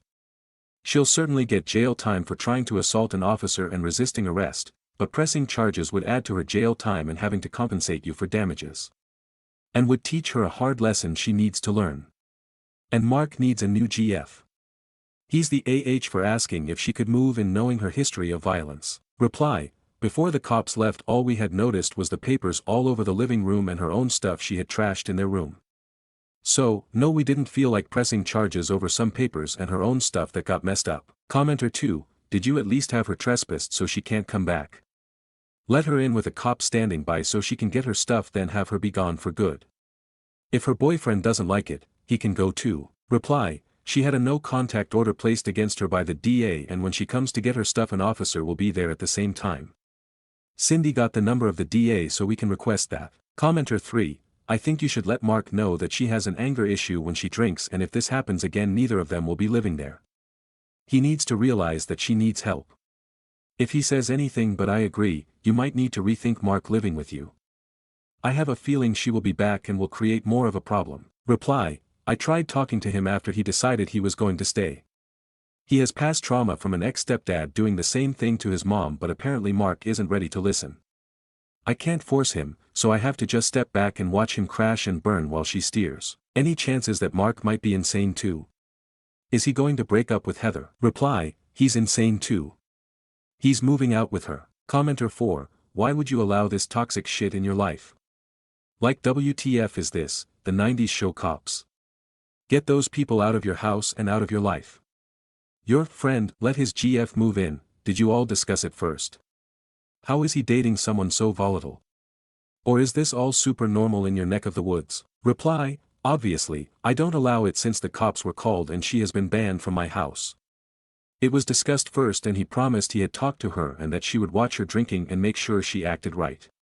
I believed him, which was a mistake. OOP responds to a downvoted commented on drinking heavily and not being smart on how much to drink. Reply, who said regularly drinking heavily? We're adults who are allowed to have an occasional drink. My wife and maybe had 4 drinks between us. Touch grass for Christ's sake, and maybe you should grow the F up. If you think that's heavy drinking, then maybe you have a heavy drinking problem and should reevaluate your life. Update, that blew up faster than I thought. For context, no, we didn't press charges because she only broke her own stuff and made a bit of a mess. Pressing charges was just something we didn't feel like dealing with for her breaking her own crap. I also messed up the timeline. This happened 2 weeks ago. We've had a lot going on, sorry. Update, Heather was released the next day with a preliminary hearing set for last Thursday. We obviously spent so much time talking about what had happened. Mark said he was going to break up with Heather and spent that whole first week saying that. Then last week he said he isn't going to break up with her. I told him that's his choice, albeit a stupid one, but she is not allowed back at the house at all, and he said he understood. 2 days before the preliminary hearing, Cindy and Mark are subpoenaed to court. Sadly, I wasn't, so this part is second-hand from Cindy. Cindy told me that because it's a felony the judge is passing the case on to district court from magistrate. I guess the DA went up to Cindy and Mark and said they could offer Heather a plea deal where she would basically be on probation with mandated therapy and mandated AA. Now whether the district judge accepts that is anyone's guess. I talked with Mark that night after I got off work and he said they had a long talk after that and are staying together but won't be attached at the hip. Mark also said Heather doesn't remember anything after we stopped hanging out. He has spent every day since then with her, but that's his thing, so I don't really care. Cindy and I were out of town this past weekend and we noticed on our doorbell camera that her car was magically gone at the same time Mark's was gone. I confronted him and he insisted she never went inside, and our doorbell doesn't show she went in. Cindy and I talked and were ready to kick him out too. We had another talk last night and he is moving out because they are finding a place together. We also told Mark we wanted an apology even if Heather didn't think she deserved it. I also confronted Mark because he was saying at my brother's bachelor party that Heather didn't deserve it and the cops didn't need to be called. Which is highly inappropriate at any type of event, but especially that one. Heather has been telling Mark that she was trying to leave and go to her brother's. She walked outside the one time and came back in with nobody trying to stop her. She also said that I started a confrontation with her and that's why she went off the rails. I called bullshit because why would we try to stop her from leaving unless it was in a car, and we also asked how the hell she knows this if she was supposedly so blackout that she doesn't remember anything. Mark claims he doesn't remember anything until after the cops left. Which is crap because we talked about what happened multiple times over the days after this occurred. He's just being an idiot and we won't be dealing with it anymore. Either way, both are moving out. Heather isn't allowed back except to get her stuff, and we will have an officer there when she is there. Relevant comments. Commenter 1. If she doesn't remember anything, how does she know those things about the incident? Mark is in a toxic relationship and I hope he will leave before it's too late. Reply, that's exactly what I said when we talked to him. He said she's remembering things, and according to Mark he doesn't remember anything until after the cops came. OOP clarifies on the court process. Reply, we live in a small town and it was a preliminary appearance. Also, like I said, it was moved to district court instead of magistrate, so his next trial isn't until October at the earliest. Will Mark be allowed to come back to OOP's house? Reply, he won't be allowed back. Why did OOP let Mark move in with him and Cindy? Reply, because we rent. Mark and I were renting before I met Cindy. Cindy and I are about to move out of state, so we didn't see a reason to not keep renting together to save money. Commenter 2, thank you for the update. I am sorry for all the felonious behavior. Update 2, so, it's been a while. Not a lot of exciting stuff has happened. Mark officially moved out like a month and a half ago. I haven't and won't talk to him since then.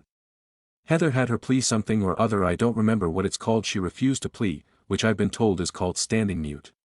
The courts put her in as not guilty then and she has her trial in November. My aunt is a lawyer and can see all sorts of stuff on this, and because Mark was a loud mouth and family members could hear him at the bachelor party, word got back to my aunt. She looked stuff up and has been idiot explaining it to me. Apparently, the no contact order is still in place, but it's Mark's choice to remain in contact and live with her. The actual trial is sometime in November. I also just found out that Heather put in a request to move to a different state. They are moving in with Mark's crazy mother and according to the paperwork they're engaged now. It was approved as long as she comes back for everything court related and remains in contact with her lawyer. So yeah, mini update for y'all. Might be a bigger one after the trial since Cindy and I are both witnesses and will be subpoenaed for that. Stories number 12. Aita for taking my daughter to 28 years later as a reward for going along with clothes shopping. I 40 SM have 3 kids, all girls. We're going to my brother's wedding soon. My oldest is 12 and was upset that she is going as a guest when her sisters 6 and 8 get to be flower girls, which she's never been. We've been trying to find something nice for Leah to wear, but she was not having a great time with this dress shopping process. Someone suggested we do something fun afterward as a reward, like going out for lunch, taking a friend or seeing a movie. Her friends are out of town, so I suggested we go shopping first then go to a movie. We get the dress then go to the theater. Leah wanted to watch 28 Years Later. It's rated R and I'm not really okay with her watching something like that. I suggested we go see Superman or Lilo and Stitch or take a rain check and watch Fantastic Four, but no. She wants to watch 28 Years Later. I figure why not, I watched R movies when I was younger. The only other person who would have a problem would be her mom, and she was working. So we go see that movie. Well, my wife found out and she's furious that I let our daughter watch that movie. She says it was irresponsible for me to take her to it and that we should have done something else. Her stance is that I should have suggested we do something else instead of doing what Leah wanted. I don't agree. First off, it was the only way we could get Leah to go along with getting a dress. Second, since she's too old to have a part in the wedding, I may as well let her do something adult and let her watch the movie. She actually handled it well, she loved the movie. But my wife still thinks it was irresponsible and I was basically bribing our daughter into shopping. If this was such a big deal for her, she should have just taken her shopping herself. But I'm rambling. Aita for taking my daughter to 28 Years Later as a reward for going along with shopping for a wedding. Edit. I'm getting a lot of comments about whether it was okay to let her watch an R movie without her mom's okay. Here's my side of the story. My wife tried to take Leah dress shopping before. It ended with them fighting over what to wear because 1, Leah didn't like the clothes her mom picked out, and 2, she didn't want to go to the wedding. A friend suggested we do something fun to reward her afterward, which is why I came up with the movie. The deal was that if we can find an outfit Leah can wear without argument, then we can go to the movies a reward. Her choice. I thought she would pick How to Train Your Dragon or Superman. I didn't think she would want to watch 28 Years Later. Some people said I should have taken her home if she didn't pick another movie. I think that would have been counterproductive. What kind of message am I sending if I took her shopping then said, okay, we picked out a dress you don't like and is going to Goodwill once this shindig is over. But since you won't pick another movie, we're going home. Besides, I watched worse things when I was younger. We don't normally watch horror movies. I love them, but my wife is stricter on what the kids watch. The kids mostly watch things like Disney or DreamWorks or family films. As for the movie, Leah loved it. She and I had a pretty good talk on the way home. She'd never watched 28 Days Later, so I filled her in on what happened. The only part that she found upsetting was the story with the mom, but that has to do with her losing a classmate recently. We talked a bit about how it would have felt for the kid in the movie. He's the same age as her and what that would have been like for both him and his actor. She hasn't had any nightmares, but I'm going to talk to her again just to make sure things are okay. Comments. Commenter 1. NTA, she's 12, and is feeling jealous that she's not in the wedding with her little sisters because she's too grown up, so you did something grown up with her, took her to see a scary film. It's not the worst thing ever. Commenter 2. You were trying to connect with your daughter, and it sounds like you both had a nice day. Communication can save a lot of drama. Update. Hey y'all, it's been a couple of weeks but I wanted to post an update. To recap, I took my 12-year-old daughter to watch 28 Years Later as a reward/incentive/bribe to go along with dress shopping for a family wedding. I had a lot of comments reassuring me that I didn't do anything wrong. That felt like a relief. I'm an 80s kid and I had watched movies like Alien, Terminator, Child's Play and Friday the 13th by the time I was Leah's age. Good to know others got to share those experiences because sometimes it feels like she doesn't get to experience that freedom I got to enjoy growing up. My wife was pissed about the movie. She grew up in a more conservative household and didn't watch her first R-rated movie until she was in her 20s. Her concern was that Leah never seen a movie like 28 Years Later and pointed out how scary the trailer and the advertisements were. She was afraid that she would get nightmares, which didn't happen. Couldn't we have done something else instead? That's when I asked what her game plan was when she and Leah were trying to find a dress.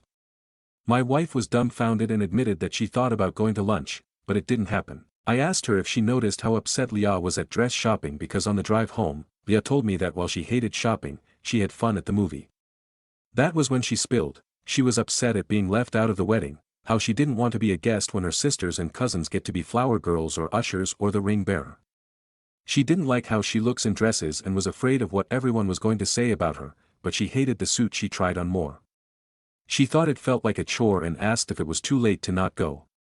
And that she told me that once, her mom said that it wasn't about her. As much as she hated that we watched 28 Years Later, my wife admitted that she screwed up on the dress part. That we should have done more of an effort to make this wedding experience better for her. My wife apologized and said I did good. The wedding itself was a dumpster fire, but that's another story for another time. My wife did make it up to Leah by letting an older cousin take her out to get her hair and nails done the morning of the wedding. One good thing that came out of this, Leah loved the movie date and has been asking when we can do it again. I returned the dress. She did say she hated it and won't wear it again, and I'm going to use the money to take her to watch Weapons when it comes out. We've also been watching more movies at home together, when her sisters are in bed of course. Comments. Commenter 1. You returned the dress after she already wore it? If so, that's sort of an thing to do, lol. A lot of people end up wearing a dress they wore to a wedding only once, unfortunately. Good to know things worked out though. Reply, to be honest, she wore it for maybe 2 before leaving the wedding. What do you do with a barely used dress? For the record, Leah suggested burning it. Commenter 2. For future events, maybe look for dress rentals instead of buying and returning. Commenter 3. I'm guessing her mom doesn't know about the alpha dong in the movie. Update. Is it normal to have kids at the rehearsal dinner? My brother is getting married this weekend. There's a rehearsal dinner on Friday night. He and his wife-to-be made it clear that it was bridal party only. My wife and I took it to mean adults only. However, my brother is now telling me that it includes the kids in the party, aka my 2 younger daughters and a nephew, and that his wife can't wait to see them at the dinner. We have another kid who isn't in the party. We already made plans for an older cousin to take them to go get pizza and watch the Fantastic Four. I need some input. Is it normal to have kids at the rehearsal dinner? I can't find any other info online. Otherwise I'm just going to tell my brother that the kids already have plans. Edit. To be clear, the plan is for our younger kids to go to the rehearsal itself, then have the cousin come pick them up for the movie. The other reason why we thought the dinner would be adults only is because it's going to be at a steakhouse that doesn't offer a lot for kids. Lastly, why is my oldest kid not in the bridal party? My brother says that she's too old. She's not the only one, as she has some older cousins who didn't make the cut either. She's hanging out with them on the day of the rehearsal. Edit 2. I just got off the phone. I asked my brother what he meant by bridal party only and kids in the party. He said that the rehearsal dinner was for everyone who went to the rehearsal and their parents. I asked if my oldest could come even though she's a guest. He said no because his wife's family is paying for it, the restaurant is really pricey and they want to keep it to people actually in the wedding. My wife apparently got a pass because of our two youngest. What a crock of crap. I told my brother that sorry, the kids already have plans for Friday night. But my wife and I will be there. Comments. Commenter 1. It's kind of rude to do that to kids in the same family, so I would just say the kids have plans and can't attend. Besides, the kids would probably enjoy pizza and the Fantastic Four much more than an event with no other kids that's for adults. Commenter 2. I think since the children are in the wedding party, it isn't odd to include them. But it is rude for the couple to exclude your other child. So in your case, unless all of your children can attend, I'd stick with your original plan to have their cousin take all them out for the evening. Which I imagine is more fun for them anyway. Update, the wedding coordinator screamed at an usher, leading to a walkout. This happened at my brother's wedding last week. There were 4 ushers, 2 of whom are our nephews and 2 were related to the bride. I don't remember how they are related. This is a wedding of 250+ people, and the bride's ushers disappeared, leaving Jackson and Newt, who are 17 and 14, to hold down the fort. Something important to note is that we think Newt is on the spectrum. He gets easily overstimulated.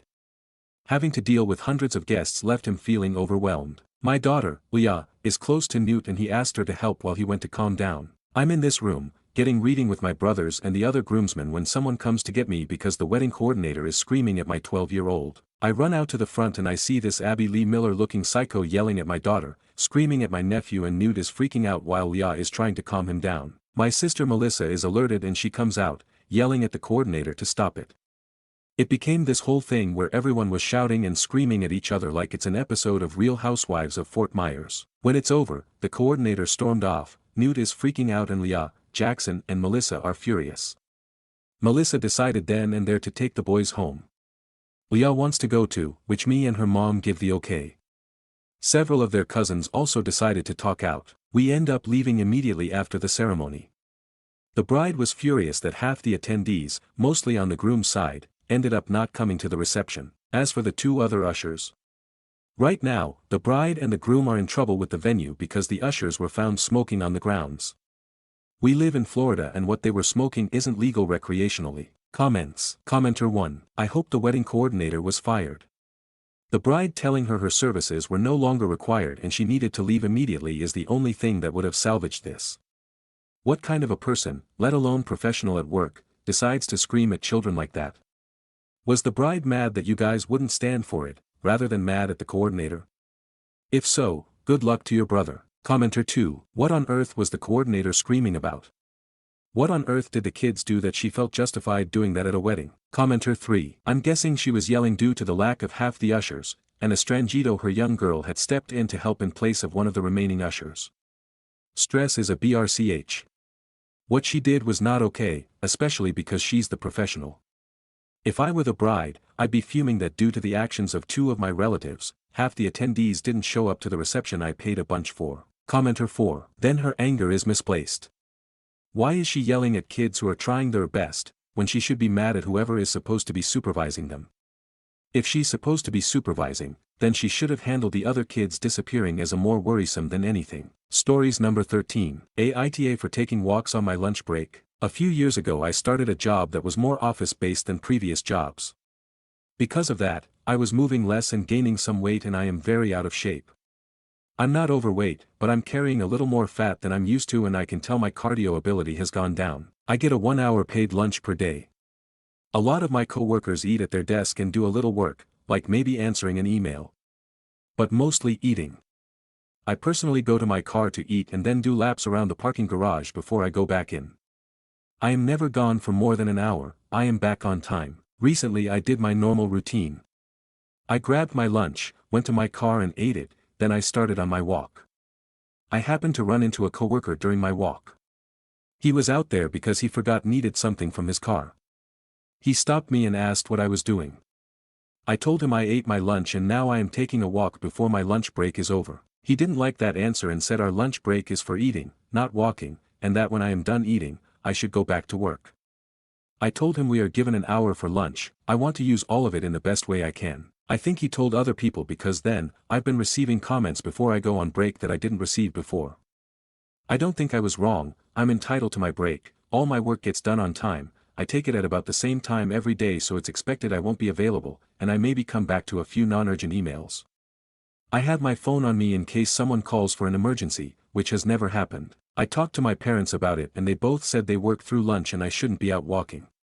But also they're older and raised in a different time, so I don't know if I should trust their judgment. So AITA for taking a walk during my lunch break. ETA, it's paid. A lot of people think it's unpaid. I am paid for it. I'm salary. My manager doesn't have an issue, but some people I work with do have an issue knowing I use part of it to walk. Comments. Commenter 1. Do you work with a bunch of serval nitwits? Are your parents both lackeys to the man? Don't answer, these are rhetorical questions. NTA. Commenter 2. NTA. Last I checked, it's called lunch break, not lunch work more time. Commenter 3. I had a boss that would always take a run during lunch break. TBH, half the office would take laps around the warehouse to get steps in. Really made it hard for us fucking off in the warehouse, lol. Stories number 14. My wife 26F just found out she's pregnant, and her reaction is confusing me 28M. I want to support her but don't know how. Hi all, my wife and I have been together for 7 years, married for 3.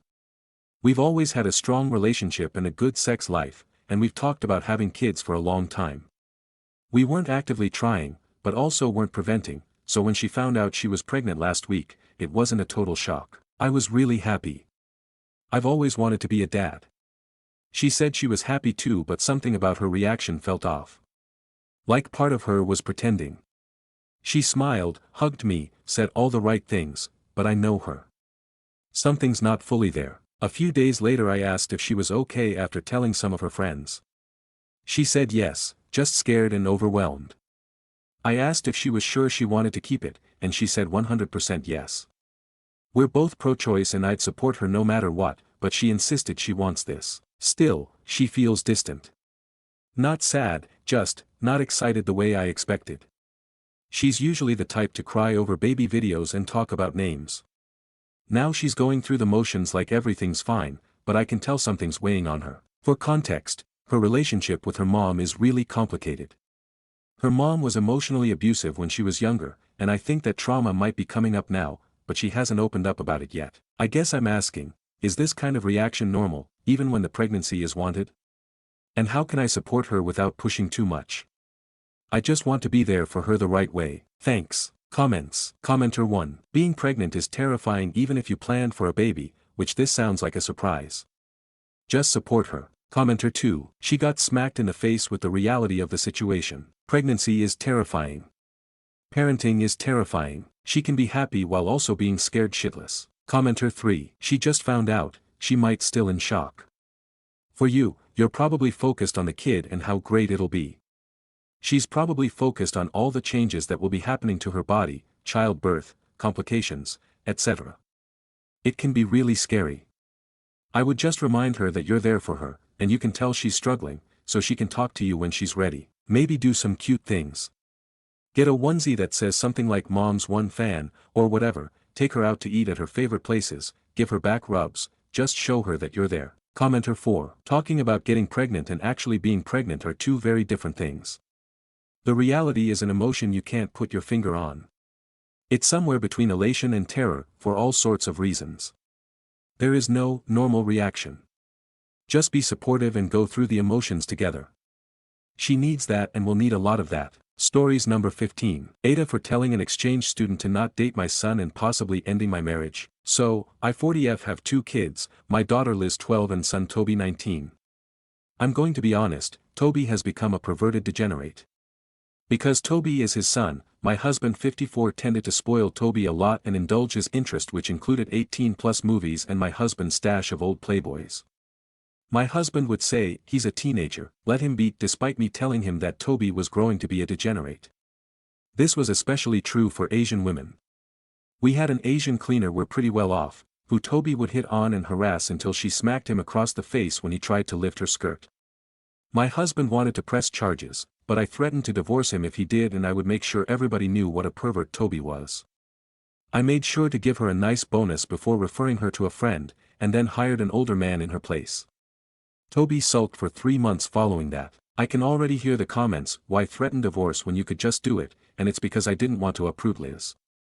I have been saving a small chunk of the weekly grocery money since she was born and have a lot saved in a secret account.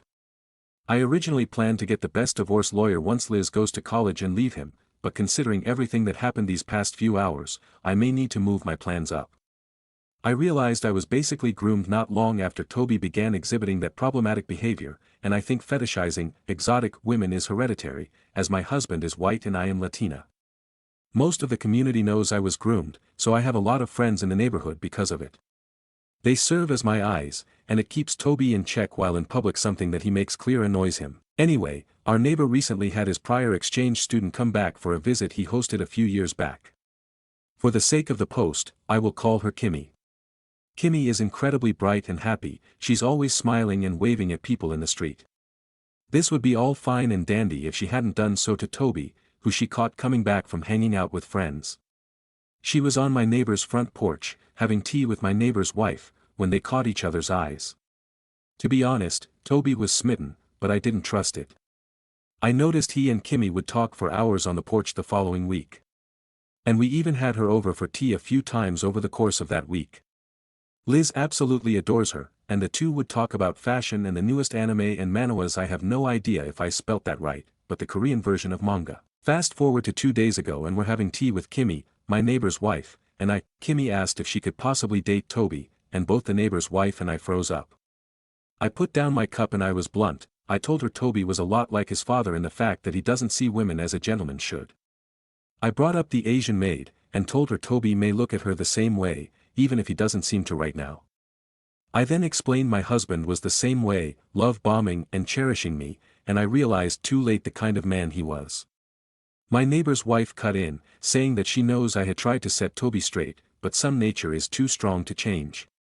I then finished saying that if she did decide to date Toby, I would be honored. I also informed her I'd have her back if Toby ever tried to pull anything shady, and so would most of the neighborhood. Kimmy silently nodded, seemingly understanding. Now, Kimmy is ignoring Toby. She came over this morning to pick up Liz for a shopping day, and Toby tried to say hi. But, she just ignored him and told me goodbye before Liz shut the door. Toby mumbled a slur while pouting, and I had enough. I rolled my eyes and said something along the lines of, "And that's why I warned her about you." I honestly didn't mean to slip up, but I was exhausted from not sleeping. I have chronic migraines. Toby looked at me, and it looked like heartbreak. But, I looked at him straight in the eyes and told him, "I tried to make you a gentleman, but you and your father kept acting like perverted asses. If you want to blame anybody, blame your father. He allowed you to become this way." Toby stormed to his room and I got a text from my husband an hour later, asking why I would sabotage my own son like that. I texted back basically the same thing, that I had enough of Toby looking at women like objects and that if he had been a good father, I wouldn't view my son as a pervert. We had a chance to fix his behavior, but he enabled him. My husband is now furious with me, and Toby has yet to leave his room. Liz and Kimmy are still out, and I texted my neighbor's wife to ask if the two can sleep over at her place since I have a feeling my husband is already going to start a fight with me. The neighbor offered to come over and act as a mediator and shield. He's a big guy, and I took him up at that offer. I'm shaking, I'm scared, and I probably imploded my marriage. All because I warned a very kind girl about the kind of boy my son is. I feel like I'm about to throw up. I have no idea what my husband is going to do or say. All I know is he's mad, Toby is mad, but Liz and Kimmy are safe. My neighbor said he's going to be over before my husband gets home, and I honestly am left wondering if what I did is actually for the best. Aita for warning an exchange student about my son and ruining my marriage. Relevant comments. Commenter 1, NTA, and holy shit, get the entire cavalry. The entire neighborhood is going to want a piece of him if he hurts you. I'm so sorry this is happening to you OP. Does Liz know her brother's a pervert? Reply, you're sweet, thank you. Liz does know, she never has friends over because she is scared Toby will try something. Commenter 2, are you sure Toby hasn't tried something with his sister? Or cousins? It isn't too late to teach Toby about boundaries and consent. What is legal and what is not? Reply, my husband is an only child and all my family lives in my home country, so visits are rare. I don't think he's tried anything with his cousins, and even if he did, pretty sure his uncles and male cousins would beat the crap out of him. I have talked to Liz and she told me he's never done anything to her or her friends, but they say he gives off creep vibes and just watches them from a distance. Liz knows if anything does happen, I'm safe to talk to. Toby has assaulted people before. He was expelled from school twice before 16 for touching staff and peers. That was one of the first times I had him tested. So, he has a track record of this kind of behavior. It's why the whole neighborhood watches him. Ever since his second expulsion, he hasn't had any legal trouble. The people he assaulted before dropped the charges once he was expelled and settled out of court both times. Downvoted commenter, sounds like you're taking your anger of your husband out on your son. The son sounds like he's had problems, but keeping him an incel probably isn't helping. Reply, I tried for his entire teen years to get him to do something else aside from staying home. From clubs to sports, he didn't want to do any of it. He didn't like any of the community things like fairs or markets either. Even the library's book club didn't work out. I've had him tested for any mental things like ADHD or autism and he came out with nothing. I have no idea how to help him and my husband just enabled him. I love Toby, I just don't know what to do anymore. Update 1. Firstly, Toby is my son. I think a lot of people were under the impression that he was just my husband's. I guess I worded that strangely. Second, everything I have done to try to prevent any form of escalation of Toby's behavior was dismissed by my husband. Any punishments were immediately reversed when he got home. Thirdly, I got Toby tested for any form of mental disability after his first expulsion. He's been expelled twice, and he is neurotypical as far as the tests go. I got him tested for ADHD, ASD, OCD, and BPD. Fourth, my husband has never been violent towards my children and if he's upset, he'll direct that energy to something else or activity. Fifth, it feels like a lot of people thought I was stealing from my family by skimming money from the grocery budget. But it was just spare change and notes from after my shopping trips. It's not like I was stealing the entire grocery budget. And finally, yes, I can hear and understand the "why haven't you left" or "why didn't you do this?" It's taken a lot of talking between my family, friends, and now you people of Reddit, for me to realize Liz and I didn't deserve this, especially Liz. So, now for the update, I am filing for divorce. I packed Liz up and took her back to my home country for girls' time with her cousins. While there, I made and had a virtual appointment with 2 different lawyers from the same firm.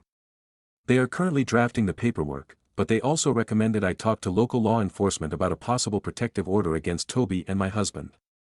Given their behavioral tendencies, I may consider it. And before everyone comes after me for abandoning Toby, this hurts me too. But, at this point, I have to protect Liz. And if I plan to have full custody of her, which the lawyers said was highly guaranteed if Toby continues to live with my husband, I need to separate myself from them. I'm still in my home country, talking to my family about everything. Just as I confirmed before, Toby has not gone after any of his cousins I asked since I needed any additional accounts for legal reasons. Right now, I'm okay, but honestly, I don't know if I'll update again. I just really want to put this entire situation at rest, so, I may see you guys again or I may not. But, thank you all for the support, advice, and courage. Comments. Commenter 1, please be careful. Your husband may have international law on his side if you file for divorce while out of the country. Especially if you and Liz are not citizens of whatever country you are currently visiting. You need to make sure that the legal firm you are working with is very familiar with international divorce and custody laws while you pursue this while outside the country you and Liz have been living in. Also, as a follow-up to your last post, no, degeneracy is not hereditary. Fetishizing exotic women is not hereditary. These behaviors are not coded in DNA, they are taught, and your son was taught to behave this way by his father. Which also means you're going to need to think about your role in your son's life. I'd suggest you prioritize therapy for you and your daughter separately ASAP. Commenter 2, it was so obvious from the first post that OP is an abused wife. Her husband has not had to get violent with her. The fact that he's violent around her and the children is abuse. The fact that she needs to skim money from the groceries to have an escape fund indicates financial abuse. Enabling and encouraging the son's degenerate and misogynistic behavior is abuse. He has been abusing his wife and his children, especially his daughter, for years. And the fact that anybody would accuse her of stealing from her family because she holds on to a couple of dollars from the grocery budget is indicative of the way so many people think that it is perfectly acceptable to abuse your family financially. I am glad OP is getting out. I hope that her family has her back and her husband hasn't been financially supporting her family in her country so that they encourage her to stay. Good luck OP. And make sure the lawyers go after every penny you can get. Commenter 3, you're doing the right thing by protecting Liz and yourself. It's heartbreaking, but sometimes distance is the only way to truly create safety and peace. Wishing you strength moving forward. Update 2. Hello again everybody. Just wish to keep everybody posted on the current situation, and thank those who support me in this difficult time. This update is luckily more positive, and I am happy to say that I am not giving up on Toby. I am currently back in my husband's home country. I think people were under the impression I was going to take Liz back to my home country, but I've stated before that I don't want to uproot her. I just wish to look into legal matters and get my mind sorted. I had a few friends in the neighborhood who offered to let me and Liz move into their place, and I took one up on the offer. She lives closer to Liz's school, so it works out better that way. I served my husband divorce papers 2 days after my last post and moved Liz and I out the day of. And 2 days after we moved out, Toby was found lurking outside of Liz's school. He was having a mental breakdown and screaming, and was detained for trespassing. As far as I know and what witnesses have told me and the police, he was a complete wreck. I was also told he had been taken to the hospital for a psyche evaluation and was placed in a 72-hour hold. I wasn't allowed to visit him, and according to the nurses and doctor, my husband made no attempts to visit him or even speak to the doctor. Toby was diagnosed with a mixed personality disorder, as he showed classic symptoms from narcissistic personality disorder and histrionic personality disorder. His emotional breakdown came from the fact that I left, and when I was finally able to see him, it broke my heart. He kept crying and saying he didn't know why he was like this, and I just held him. He hasn't cried that hard since he was a child, and it honestly gave me a slight sliver of hope that Toby could still be a part of my life. I sat in on his next therapy session, mandatory, while in the facility. And he apologized for how he acted, but I told him that the apology came a little too late. I told him that I am happy that he wants to get better, but I needed space. That our contact wouldn't be non-existent, just limited. One message I received actually told me that I could send him a voice message, and I think that is a wonderful idea. I told him that if he proved he could be better, we can have full-blown contact again. I am currently working with the doctors to find a suitable facility for him, as I made it clear that if he went back to my husband, he would never get better. I figured a voice memo a month or maybe a video call, just so he doesn't think I've given up on him. And in 6 months, maybe a year, hopefully he has the tools, coping mechanisms, and medicine he needs. I also helped him look at online classes, just so he can branch out again and try to get an education. So, that's where things stand right now. No updates on my husband. I don't know if he got a lawyer or what he's planning. But, I am safe, Liz is doing good, and Toby is getting better. That's all I have for now. I realized I was too hard on Toby, and I plan to not only acknowledge that in my first video message, but apologize for it. A lot of the comments opened my eyes as to how hard I was on him, even though most of his behavior wasn't just his fault, but mine and my husband's, or I guess future ex-husband. Thank you all for your support, advice, and comments. Harsh or not, I'm glad I posted on here. Relevant comments. Commenter 1, so sad that Toby had a breakdown, but it sounds like it was for the better since now he's getting help. Glad you and Liz are out and safe, but no word from husband, even with his son in the hospital, is worrying. Hope all gets better now. Reply, I also think the silence is worrying, but I am going to enjoy the calm while I can. Commenter 2, wishing you both stability and connection. If you find that your voice memos really help him process things, maybe you could try sending a couple more each month. Just a thought, it makes me sad to see stories like this. These disorders can be really intense, but as you said, with the right psych support, well-targeted therapy, and meds, I genuinely believe things can become more manageable over time. Functional, even. Hoping for an update in a year or 2 with some good news. Reply, that is a good idea. I will run it by his current doctor. Thank you for the advice. Commenter 3, I don't know if only contacting him once a month is a good idea. You're leaving a lot of space for your husband to come back in and swoop him into his manipulations. I think you do need to have more contact, even if it hurts you, if you want to help him heal. Commenter 4, I'm happy you're not giving up on Toby and still want to protect both your children and yourself. I'm glad your daughter is happy and carefree and hope it remains like that. However, you need to have someone with her and someone with you wherever you go. The silence, your husband is having issues threatening, and he's for sure making a plan to destroy you all. So gather evidence from throughout the years and everything recently and keep 2 separate copies just in case. And please, please, get someone to go with your daughter and you at all times. Your specs is gonna make a move and it will be drastic. He's being cornered, and animals are at its dangerous peak when they feel cornered and threatened. Get both of you, spy, GPS trackers and bracelets or something in case he gets one or both of you. Be always alert until someone can contact him. Stories number 16. Aita for not allowing my parents to come back into my life after they treated me horribly as a child. I'm 24F, growing up I was the oldest of 5 kids and my parents were always too busy with them to even acknowledge me. My dad would tell me to suck it up, get used to it. Why? Because my parents planned my siblings' existence and mine was an accident that was made in Brooklyn, New York in a strip club while they were high. They didn't want me but they knew they would look like bad people if they aborted me, so instead they neglected me. NGL, I wish they would have aborted me so I wouldn't have gone through emotional hell and depression as a child. They always encouraged my siblings to use their lives for their own good, to make sure they get a good education and job so they can get married and start a family. Me? They said I wasn't smart enough to get an education even if it was right in front of my face. They said no one would ever love me, and that they hoped their bloodline don't go through me to have kids. It hurt my feelings to even think about it, but it's the truth. Once I turned 16, I got a job and I started to save up, and I knew my parents wouldn't pay for my college tuition but my dad's parents were willing to pay for it, so I just saved my money so I could afford to live on my own. At 19 years old, I left them and I never turned back. The only people I stayed in contact with was my grandparents, and that's all. Now, I'm a graduate student from Georgia State University with my master's degree in cybersecurity management. I have a 2-story house, I'm in a relationship with an amazing guy, and I'm currently 6 months pregnant with my first baby.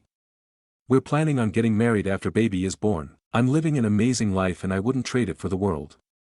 My grandparents swore not to tell my parents anything about me, my lifestyle, my relationships, and now my pregnancy.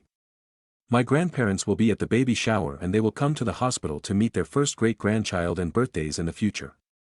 Now, here's the hard part, is that I live in the same city as my parents. I go to the same stores as my mom because that's just where I do my groceries, plus I save money, which is important since I have a baby on the way. I was going to get some produce and I saw my mom standing next to the vegetables and I tried to keep my distance. She turned around and she saw me. I pretended like I didn't see her. She came over and she said my name and she started talking. Saying how much she's missed me and wondering why I don't call or came by. I ignored her because I didn't want to talk to her. She then noticed my pregnant belly and she said, "Oh my God." And she had the nerve to touch my belly. I slapped her hand and said, "Don't put your fucking hands on me." And she said, "I can't wait to meet the baby, you should come over more often." I said, "No, in a million years would I come back to hell." She got mad and said, "Stop being rude," and I didn't even say anything after that. I just left and didn't even get my groceries and said I would rather order them online. I was so mad, but then something felt wrong, like I really just disrespected my own mom. I felt really bad but right. But then again, how could she be this oblivious and entitled to the fact that I wouldn't want to talk to her and the fact that she touched my stomach? Comments. Commenter 1. NTA. The sheer audacity of touching your belly after years of emotional abuse is astounding. Reply. That's exactly what I thought. Plus, who in their right minds would touch someone else's body without consent? Commenter 2. NTA at all. I'm so sorry you had such a terrible childhood. I cannot even imagine hearing that type of vitriol from your own parents. My heart breaks for you. I'm so glad you have a wonderful life now and you're happy and thriving. That bitch is not your mom, she was your incubator and that's all. Being a mom is so much more than giving birth, and the only thing yours has done for you is give birth. You're gonna be a mom soon. Can you even imagine treating your child how you were treated? You didn't have parents, you had enemies. Your real family is already with you and loves you. Absolutely no one else deserves to call themselves family. Don't let the social constructs of mom and dad ever make you doubt yourself. You didn't disrespect her. Honestly, you were pretty respectful considering most other people in your place would have said and done much worse. Have an amazing life, OP. Commenter 3. WTF. They neglected and abused you your entire life and she has the nerve to touch you without permission, demanding to see the baby, acting like if she didn't make your life hell, and when called out, she has the audacity of calling you rude. Is she freaking delusional? The audacity, the entitlement makes me wish you had slapped her on the face instead. NTA, not in a million years. Do not feel bad. Disrespected my own mom, my foot. Did she ever treat you like a daughter? No, she neglected and abused you and favored your younger siblings and punished you over her own screw-up of having unplanned sex without protection and refusing an abortion. Did she ever respect you? Heck no. You didn't disrespect her because you can't disrespect someone that never respected you back, period. Do not let her close to you, and if they contact you, tell her and your sperm donor to fuck off. Stories number 17. My boyfriend always invites his friends over when I cook, and never asks me first if I'm okay with it. I live with my boyfriend, and overall, we get along really well. We split rent, keep the apartment clean, and have similar routines. One of the ways I show love is by cooking. Nothing fancy, just solid weeknight meals. I don't mind doing it most nights, especially since he handles other stuff like laundry or errands. But lately, he started inviting one or two of his friends over while I'm in the middle of cooking. No heads up. Just a, hey, Jake and Rob are swinging by, or worse, they just walk in while I'm already halfway through dinner prep. They'll sit at the counter, chat, hang out, and then they always stay for dinner. Every time. The first couple of times, I just rolled with it. I even felt a little proud, thinking I must be doing something right if they like my food. But now it's become a pattern, and what bugs me most is that he never checks in. It's just assumed I'll stretch the meal or throw something else together to make it work. I finally brought it up and said I wasn't mad, but it was starting to feel like I was running a kitchen, not cooking for my partner. He seemed surprised and said he thought I liked having people around when I cook. I do, when I plan for it. I wouldn't just invite a friend over when he's doing something thoughtful for me and expect him to pivot without asking. It's not the worst thing in the world, but it's made me feel taken for granted. I don't want to make it a bigger deal than it is, but I also don't want to feel like I have to host every time I use my own kitchen. Stories number 18. Tofu by accidentally becoming my client's wife's boyfriend. This happened a couple months back, but I saw a skit online that was scarily similar to what actually happened to me IRL. For context, I'm a divorce attorney. Been practicing for about 8 years now, mostly family law stuff. Generally pretty routine work, people want to untangle their lives, I help them do it legally, everyone moves on. Let's flash back to last March. I took on what seemed like a straightforward dissolution case. Client I'll call Dave, nice enough guy, been separated from his wife for over a year, just wanted to make it official. Nothing complicated, decent retainer, figured we'd have it wrapped up in a few months. Dave seemed reasonable, not one of those vindictive types trying to burn everything down out of spite. Around the same time, I'd been seeing this woman Sarah for a couple months. Met her at a coffee shop near my office, really hit it off. She mentioned going through a divorce but I didn't pry, not exactly first date conversation, you know. She had a different last name from what was in my client files, so when I ran my conflict checks, nothing flagged. Everything was going great with Sarah. Really great, actually. We were taking things slow but it was heading in a good direction, until we scheduled the first four-way settlement meeting. I walk into the conference room with Dave, chatting about keeping things amicable, and there's Sarah sitting across the table with her attorney. I literally just stopped mid-sentence. My briefcase slipped right out of my hands and hit the floor with this loud thud. Sarah went completely white. Dave looked back and forth between us for what felt like an eternity, and I could see the exact moment it clicked for him. "Are you fucking serious right now?" he says. Not shouting, but definitely not pleased. Sarah started tearing up. Her lawyer looked like he wanted to crawl under the table. I'm standing there feeling like the biggest moron in legal history. Had to immediately excuse myself with Dave. Guy was understandably pissed. Started grilling me, how long had this been going on, did I know who she was this some kind of setup to screw him over? I'm trying to explain that I'd been dating his wife for a couple months without having any clue who she was. He didn't buy it at first. What kind of lawyer doesn't ask basic questions, he keeps saying. Had to pull out my intake notes to prove the name thing, show him how the conflict check works, basically convince an angry client that I'm incompetent rather than malicious. Took about 20 minutes before he finally believed it was just spectacularly bad luck. Even then he's shaking his head, muttering about how fucked up this whole situation is. I explained I'd have to withdraw from his case and help him find new counsel. There's no getting around it, I've got a personal relationship with the opposing party, which makes it impossible for me to represent him properly. By the end he'd calmed down enough to say, "This is the weirdest goddamn thing that's ever happened to me." Still wasn't happy about starting over with a new lawyer, but he understood why it had to happen. The paperwork was a nightmare. Had to file a motion to withdraw since we were already in litigation, transfer all his files, deal with refunding and used fees. Sarah and I didn't speak for 2 weeks after that meeting, we were both mortified. Her attorney spent forever trying to convince himself this wasn't some elaborate scheme. Even though nobody intended for this to happen, it was still my screw-up. Should have had better procedures to catch conflicts like this.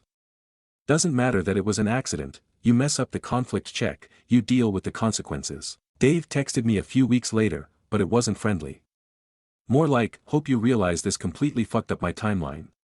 Can't say I blame him, and just to add insult to injury, my malpractice insurance premium went up when I had to report the conflict. TLDR, been dating a woman for months, then unknowingly took her husband's divorce case. Found out during our first settlement meeting when we all ended up in the same room.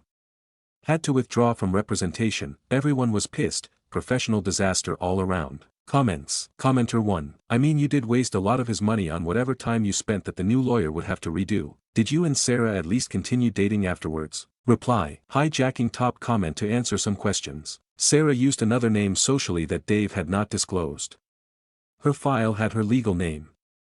Our check didn't catch it and I didn't connect the dots. Her and I's relationship was less emotionally involved to keep it brief. I've been overworked and dealing with more than a full caseload. Yes, I could have done better at preventing this from happening. This was a major foo. On her end I don't think she knew based on her reaction as well as her being a workaholic too.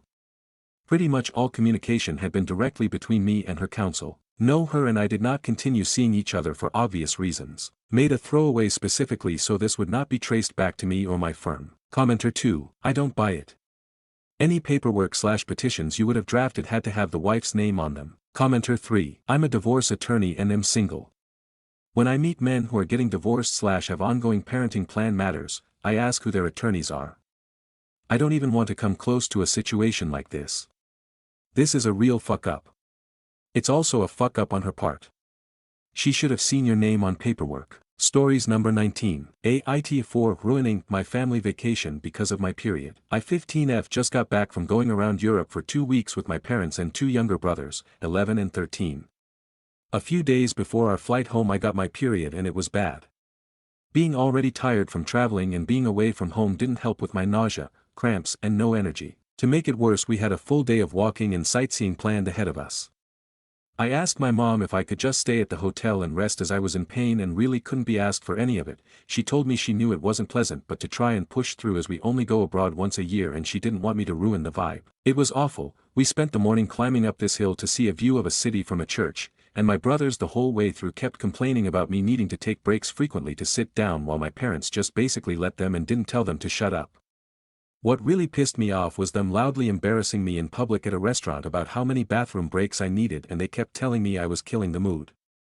Off topic but those free street bathrooms in Paris are nasty. When we got back to the hotel, I got into a massive argument with my mother and said a few things I admit were out of line and I regret that. She told me to remember how much money it had cost for all of us to take this trip and told me to be grateful.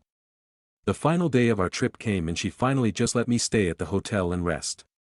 I know my parents work really hard for us to go on vacation and I was a bit rude to her, but I was in pain and I feel like everyone could have at least tried to pretend to give a shit about me. Stories number 20. I, 36/M, might have a child, 6M, with autism, but my wife, 35F, doesn't believe it. I'm not sure if this is the right place to post for advice on this situation, but here we go. I have a son who I suspect has autism or some kind of developmental issue.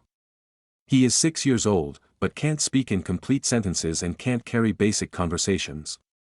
I am able to get information from him if I model the answer. Like, me, how are you? Him, me, I am. Him, I am good. I take him to the park and McDonald's so he can play with other kids. He loves playing with other kids. But, he can't follow social cues. Kids will invite him to play tag, but he doesn't play tag. He just follows one kid around. He fixates on a single child. When kids ask him questions, he doesn't answer. So, kids either make fun of him or yell at him to stop following them. My son doesn't understand what is going on, and I usually have to pull him out of the situation. On the other hand, he plays quite well with 3-year-olds, because it's not like they have very complex social interactions. We enrolled him in a regular school for preschool, but when school ended, the school wouldn't continue enrollment. They advised me that we should enroll him in a special education school. My wife did not like this suggestion. My wife believed that the school had too rigid of a curriculum and expected too much from our child. So she started looking for more, kid-directed, schools. We enrolled him in Montessori next, and when that didn't work because he couldn't follow the program, we enrolled him in one of these, unschool, schools where kids are allowed to do whatever they want. I originally went with this, because I went to a school like this when I was my son's age. I suggested we should screen for autism, but my wife completely shut me down. She doesn't really believe autism exists except in the more obvious nonverbal cases or low-functioning cases, and that our son is perfectly fine and that we just need to find a school that is more tolerant of different learning styles. She thinks that I want to force our son to mask himself. That instead of allowing my son to develop as his own person, I want to conform him to the system, because I don't want to do the work and would rather take the easy road.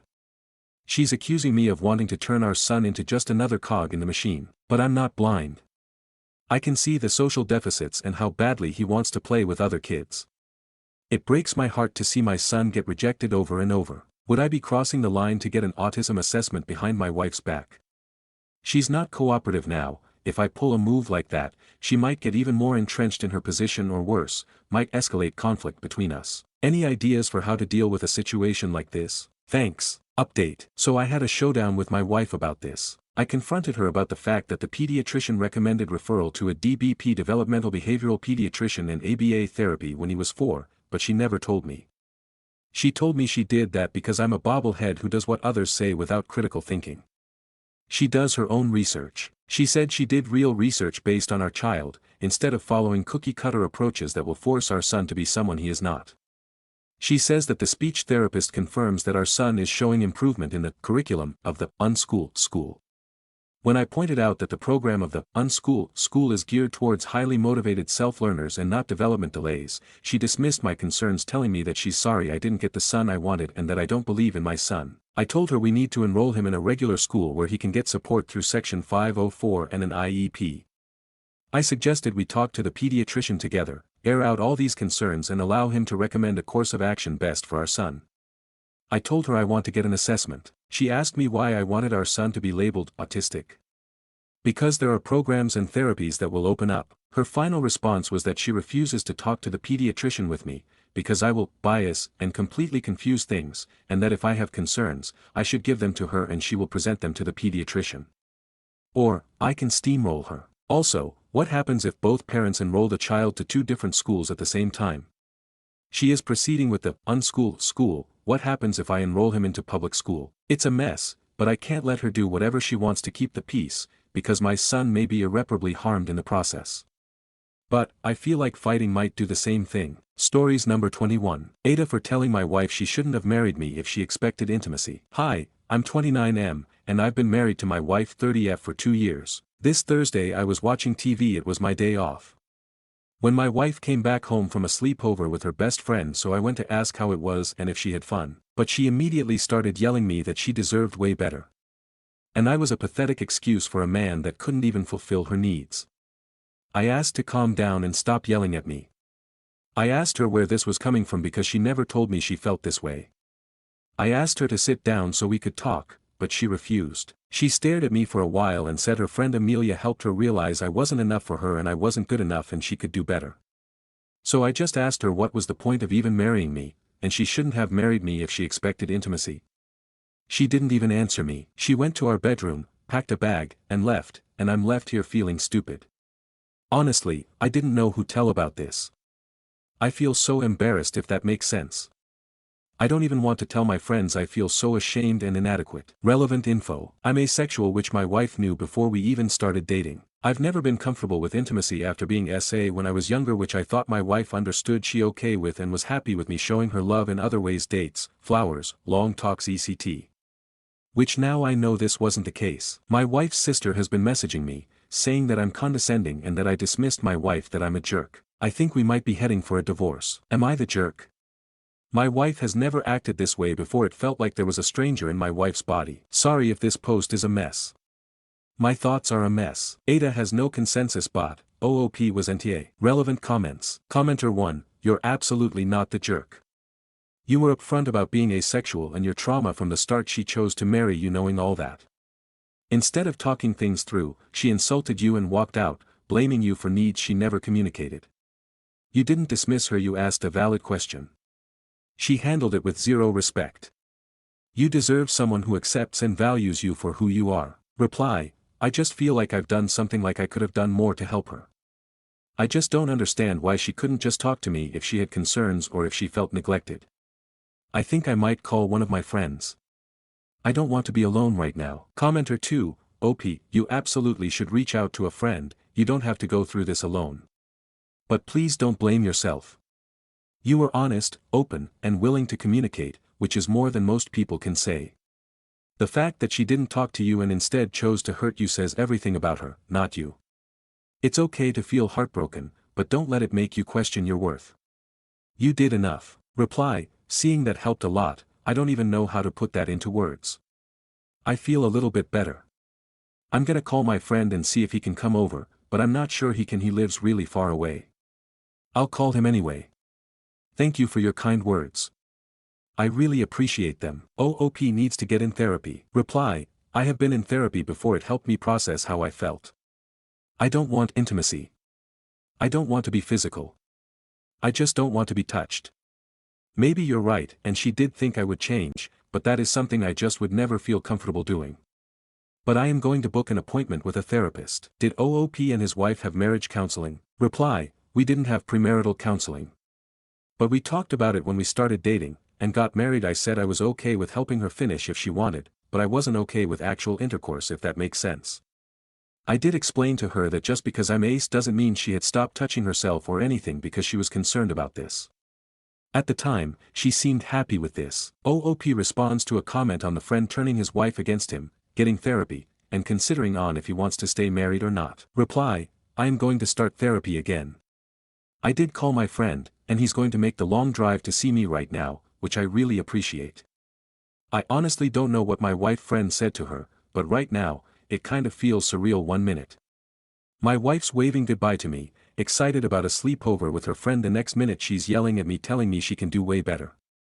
I hope she is okay, though, and she is safe wherever she went. I'm gonna talk to my friend about if I want to stay with my wife. Commenter 3, info. Does intimacy in this conversation? I have been intimate with people that I have never had sex with, and I have had sex with people that I have not been intimate with. There is a difference. Is she asking for emotional intimacy, or is she asking for sex? Reply, she was asking for sex, not emotional intimacy. I hope this explains the situation better. Update. Hi, I have an update.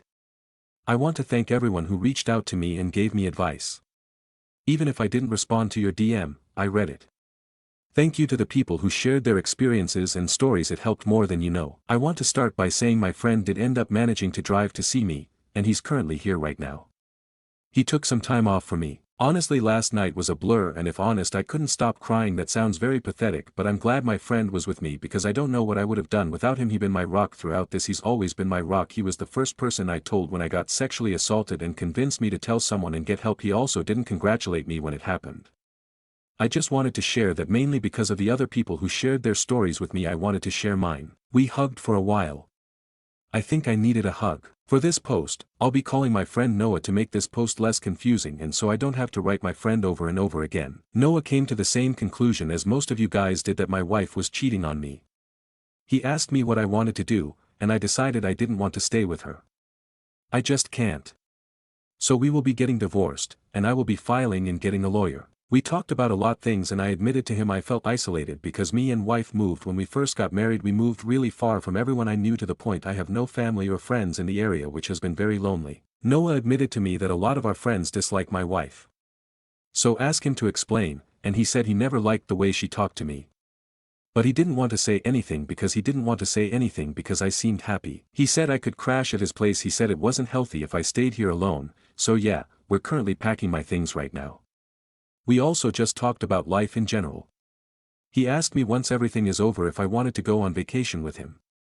I think that would be nice. I feel like it is like a sort of escape, if that makes. I just feel so drained and tired. My sister-in-law has been messaging a lot since everything has taken down, and honestly, I don't want to read her messages. I also know me and my wife, I will need to talk eventually, but right now, I just don't. Sorry if this post isn't the long dramatic post that some of you expected. Some DM said I need to confront my wife and demand the truth, but right now, for my own sake, I rather be willing ignorant. I don't want to know if she cheated or not. Sorry about my grammar in advance. It's the middle of the night, and I'm tired. I fixed the title of the post because a lot of you guys pointed it out. I used have instead of have. I just want you to know I saw you. I will post an update if anything else happens. Relevant comments. Commenter 1, I'm so sorry. Block your sale. You're not married to her. You owe her nothing and she needs to mind her own damn business. Don't read the messages. Have your friend block her so you don't have to see it. Reply, yeah, I'm going to do that. I don't think it's good for me if I read them. Commenter 2, I'm glad Noah is there to help you leave. You don't need to talk to your wife, have your lawyer deal with it. Reply, I'm glad I have him in my life. I don't know what my life would be if I hadn't met him and who I would have been. I think about that sometimes. I know I shouldn't. You're right. I don't need to talk to her. Closure can come other ways. Commenter 3, take care of yourself, and let Noah take care of you. Sounds like he's a good egg. Best wishes. Reply, he's a good person. I'm glad I met him. He's been with me when I was at the lowest point of my life. Stories number 22. Aita for asking my fiancé to leave after he said he settled for me. So, I am engaged to my fiancé M. We're both of Arab descent and Muslim, though we're more culturally Muslim than super practicing, meaning we believe in the principles, but we're very Americanized and don't follow everything to the letter. Please don't turn this into a religious debate, this isn't about that. Anyway, we were talking today about having kids and the kinds of values or rules we might have for them. I brought up how I used to hate that my parents didn't let me wear shorts when I was younger. It made me feel like my body was being sexualized when, for me, wearing shorts was just about comfort, nothing more. I also mentioned that I was a cheerleader growing up and how much I loved it. That's when he said he would never let his daughters wear shorts or be in cheerleading because he finds it too suggestive. That hurt a little, but I said, well, I wore shorts and did all-star cheer for years. And then he goes, yeah, I settled. I was honestly shocked. I asked him what he meant, and he repeated it. I didn't even know what to say. It wasn't about the shorts or cheerleading anymore, it was that the man I'm supposed to marry in a month basically told me I wasn't what he really wanted, that he settled for me. I told him I was hurt and asked him to leave. He said I acted disrespectfully just because he expressed a difference of opinion and that I don't handle not getting my way. I don't think that's true. I think I just don't want to marry someone who thinks I was some sort of compromise. I've been sitting with this and it still hurts. But now I'm wondering, was I overreacting? Aita for asking him to leave after that comment. Stories number 23. Aita for giving my ex-friend a glowing reference that accidentally tanked her dream job offer. Let's start by saying, I didn't lie, I just didn't warn them. And maybe I enjoyed it a little too much. So I 28F used to be best friends with Marley 28F. We met working retail in college and stayed close through breakups, bad haircuts, and one extremely chaotic roommate situation. Marley is the kind of person who has main character energy, she's magnetic, stylish, funny, and also a complete snake when it suits her. Anyway, 2 years ago, I got my first big girl job at a mid-sized marketing firm. I worked my way up, made connections, and was starting to build something I was really proud of. Marley hated her job and asked if I could let her know if anything opened up. She said she wanted to get into branding, and even though she had no real experience, I gave her tips, helped with her resume, and even got her a contract gig with a small client through my side hustle. She completely half-assed the project. Turned stuff in late. Lied about being sick, then posted stories from a bar. The client pulled out and I ended up refunding them out of my own pocket. I told Marley it really hurt my rep. She rolled her eyes and said, "It's not that deep. They were probably looking for a reason to bail anyway." Yeah. That was kind of the last straw. I stopped working with her after that and slowly distanced myself. She noticed. She got petty. Started making passive-aggressive posts, sending accidental texts meant for someone else like, "I hate fake people who act all professional but are actually jealous AF." Whatever. We didn't talk for months. Then last fall, out of nowhere, she emails me and asks if I could put in a good word for her at my company, because she saw a job opening and thought she'd be a perfect fit. I stared at that email like it had personally insulted my dog, but I said, sure, and left it at that. Here's where it gets good. The company actually did reach out, and here's the thing, I know someone who works in their hiring team. Not a close friend, but friendly enough that they called me instead of just emailing a standard reference form. They asked, so, what's she like to work with? And I said, she's very creative, has a lot of personality, and brings a unique energy to projects. That's it. That's all I said. No lies. Just, the truth she wanted to hear, delivered with no follow-up praise. No, she's reliable, no, great teammate, nothing about deadlines or accountability. Just vague sparkle words. Then I added, I'd recommend giving her a small trial task, she really shines when she can show what she brings to the table. I knew exactly what I was doing. Marley bombed the interview task. Missed the deadline, blamed unclear instructions, and sent in a rushed, half-done version. The same behavior from before, just now under a microscope. My friend later told me, yeah, she really tried to bluff her way through. It didn't go well. Marley didn't get the job. A week later, she posted some melodramatic Instagram story about fake friends and people who don't want to see you win. Then unfollowed me. Now mutual are split. Some say I was being sneaky and should have just refused to be a reference. Others say I was too generous. So Reddit. Aita for letting my ex-friend blow her own shot at her dream job, while technically giving her a glowing reference. And if you're reading this, Charlottes, I love you so much and stay petty. Stories number 24. My partner said something about a stereotype of my culture and I can't even be mad because I did it to myself. So I'm visiting and his nieces are very picky eaters. I made a comment in private to him about how his nieces were picky eaters and he said, yes my love, we are in Europe not LATAM. That's why they aren't fat. What? I asked for clarification and he just said, no nothing, I didn't say anything, it doesn't matter, so I'm acting as if I didn't hear what he said. So honestly, I asked for it. I could have not said anything and he wouldn't have said that, but fuck me. I think it's just that I feel attacked because my body will never look like theirs. I'm not petite, I don't have curves. He has never said anything about my image and when I asked for clarification on what he meant he preferred not to repeat himself, I guess smart. But it's been a couple hours and it still pisses me off. Stories number 25. IF31 made a burner phone number to catch my husband 42M being unfaithful. What are my next steps? IF31 created an account in suspicion that my husband M42 wasn't being faithful.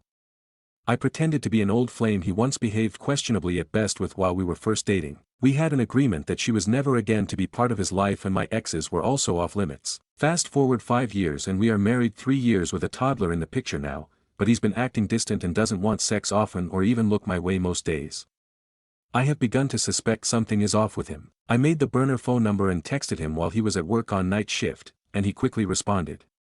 He hinted at knowing who it was but wasn't sure, and when I gave a key part of her intimate description, he joyfully said he knew who it was. We chatted for a while and eventually I, on my normal phone number, sent him a text about my stomach acting up. He responded, yikes, but continued to talk to this other number with longer responses and jokes, and I began hitting on him and hinting at meeting up. He was overjoyed and kept up responses. I asked if he's still married and he said yes, but then also told her this was a huge risk to talk. He didn't stop the conversation, just reminded her and then told her he was driving for his road call and used voice to text to respond.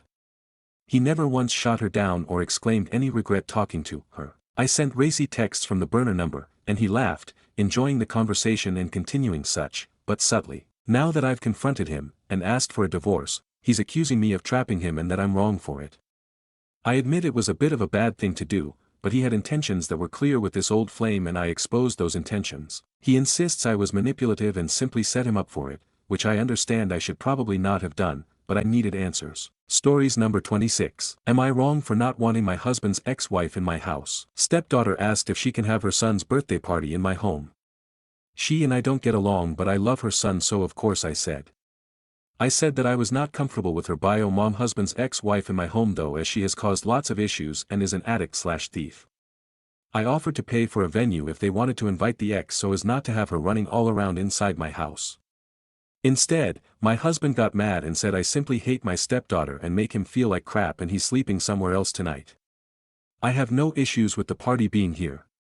I have no issues with the stepdaughter being here even though we don't communicate with each other. So seriously, please tell me, am I wrong for not wanting the ex to come? Stories number 27. My boyfriend M26 surprised me F25 with a gift, and I didn't respond well. My boyfriend and I have been dating for about 4 months now. Things have been going well. We see each other multiple times a week and communicate frequently. We've only had one major argument prior to this one which was resolved soon after. However, the challenge that came up recently made things more complicated. He showed up to my apartment unannounced with flowers. Instead of me responding happily, I stood there shocked and confused. We had been texting back and forth about random things all day, and he asked if I was home, but I did not think that meant he would stop by. I hugged him lightly and avoided eye contact because I was so caught off guard. Also, I was in my pajamas that I've never worn in front of people and just looked rough. Lastly, my apartment was in disarray, and it was in the middle of a work day. Anyway, I told him he can chill mine for a little bit, but I have to get back to work. He asked me if I could take a 5-minute break and I said, no, I should really get back to work. Immediately, his mood shifted. I noticed this and start to ask what's wrong, but he wouldn't look at me. Finally, he admitted that he felt a bit hurt by my response to his surprise. I explained to him that I was completely caught off guard and froze up. I said I didn't like surprises. I appreciate the gesture, but showing up to my apartment unannounced did not sit right with me. Then, he said he did this for National Girlfriend's Day because we both were busy tonight. I told him I love the thought behind it, but I don't respond well to surprises. He said he understood but was clearly hurt and left. I'm naturally a very private person, and he had never done any gesture like that without asking me first. It felt like my boundaries were crossed. Is there more of a resolution to this? I feel very unsettled with the way we left things off. Edit. I did communicate my boundaries to him afterwards through text since he left in a hurry. In the past, I've told him that I don't like surprises and would love to be in the loop about things. This was referring to planning dates to do together. This topic of showing up to a space unannounced never came up before. Also, I did message him an apology about my reaction and reiterated the fact that I don't respond well to surprises.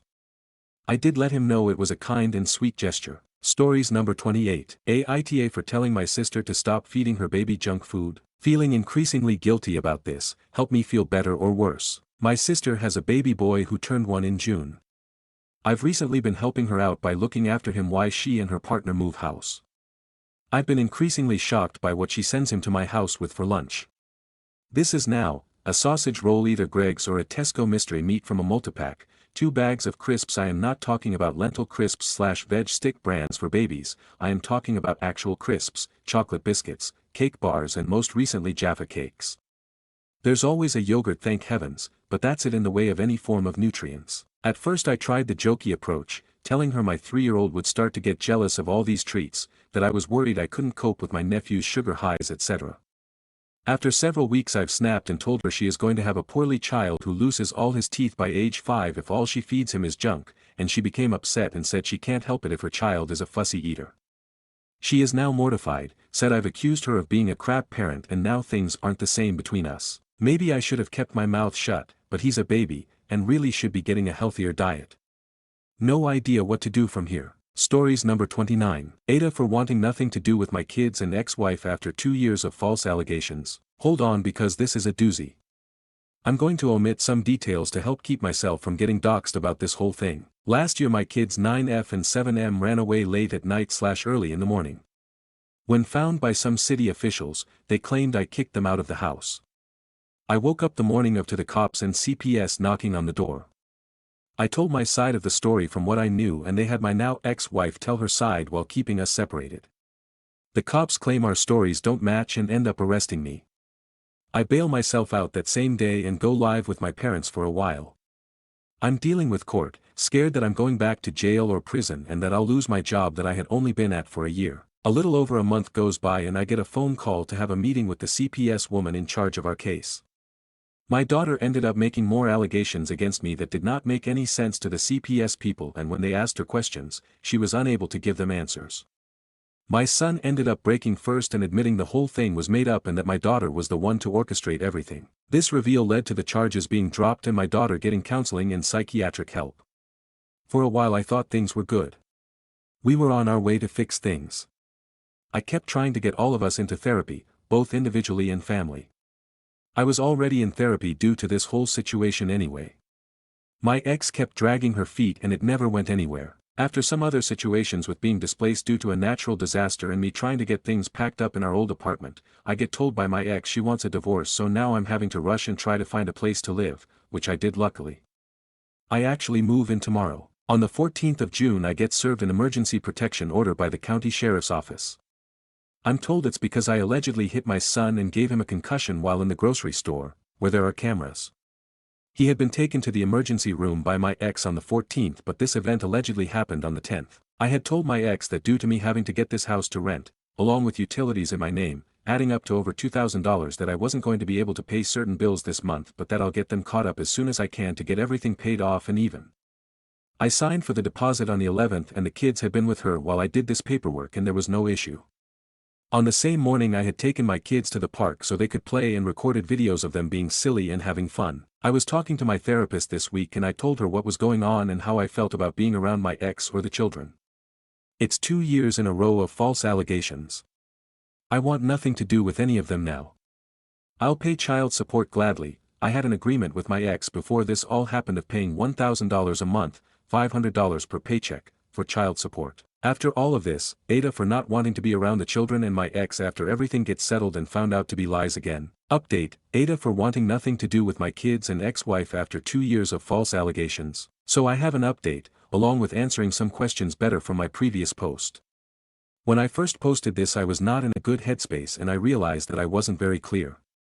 To be honest, I'm still not in a good headspace, but it's a little bit better. For starters, these false allegations started last year when my kids were 9 and 7. When I said 2 years I meant calendar years. When I said I spoke to the police about my side of the story last year, I meant what happened the night before the police and CPS showed up at the front door. I had gotten home, spent some time with the kids and my ex then wife before giving the kids their melatonin gummies. This was done on an as-needed basis, mainly 2 to 3 times a week at most.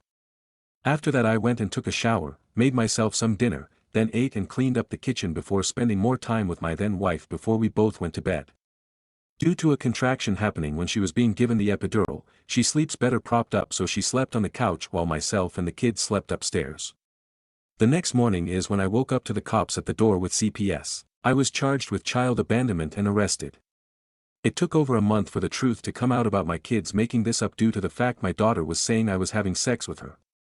The CPS agent conducting the investigation tried to ask more details, and that's when my daughter started crying and admitted she made it up because she couldn't give details. The only reason my daughter even knew what sex was is because my ex and I were in the bedroom and we both thought the other locked the door and my daughter walked in on us. Moving to now, I don't know how my son got this supposed concussion. We had court again on Monday, the 21st, and when the judge asked her she told him that, after talking with the state trooper, we have decided to not press criminal charges. I asked the judge if there was any evidence that they had about what they're claiming I did, and he told me that since no charges were filed, there's no evidence gathered to give to me. I want to thank everyone for their answers on my last post. Thinking about those feelings was making me sick to my stomach, and I just needed some perspectives from people who weren't emotionally involved. I thought about this since last month and I made the decision to tell the judge I want the divorce process and this EPO to be over and done with and that I just want to be left alone.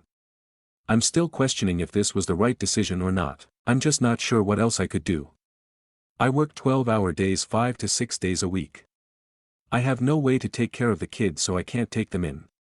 Even then, am I supposed to get to the point where the court system says supervised visits aren't needed anymore and just start wearing a body camera around the kids and just be scared all the time? Looking over my shoulder constantly just to make sure that I'm not going to end up in jail again. We have a hearing set up for December to hopefully get everything finalized and finished. I keep thinking about the kids going trick-or-treating in 3 months, going back to school next month, how we won't be decorating Christmas trees together or making cookies for Santa, and I start crying all over again. I'm not sure what else I could have done though that wouldn't have made me a paranoid mess 24/7. This will be the last update until December or January, I guess. Thank you again for everyone saying I wasn't an asshole for feeling this way. Have a good one, Reddit. Update 2, Aita for wanting nothing to do with my kids and ex-wife after 2 years of false allegations. So this is a really small update that I wasn't expecting to make.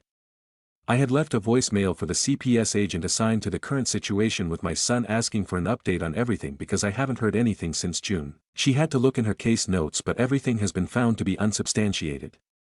I should be getting the official paperwork in a few days to a week in the mail. I'm not sure how to feel about this, honestly.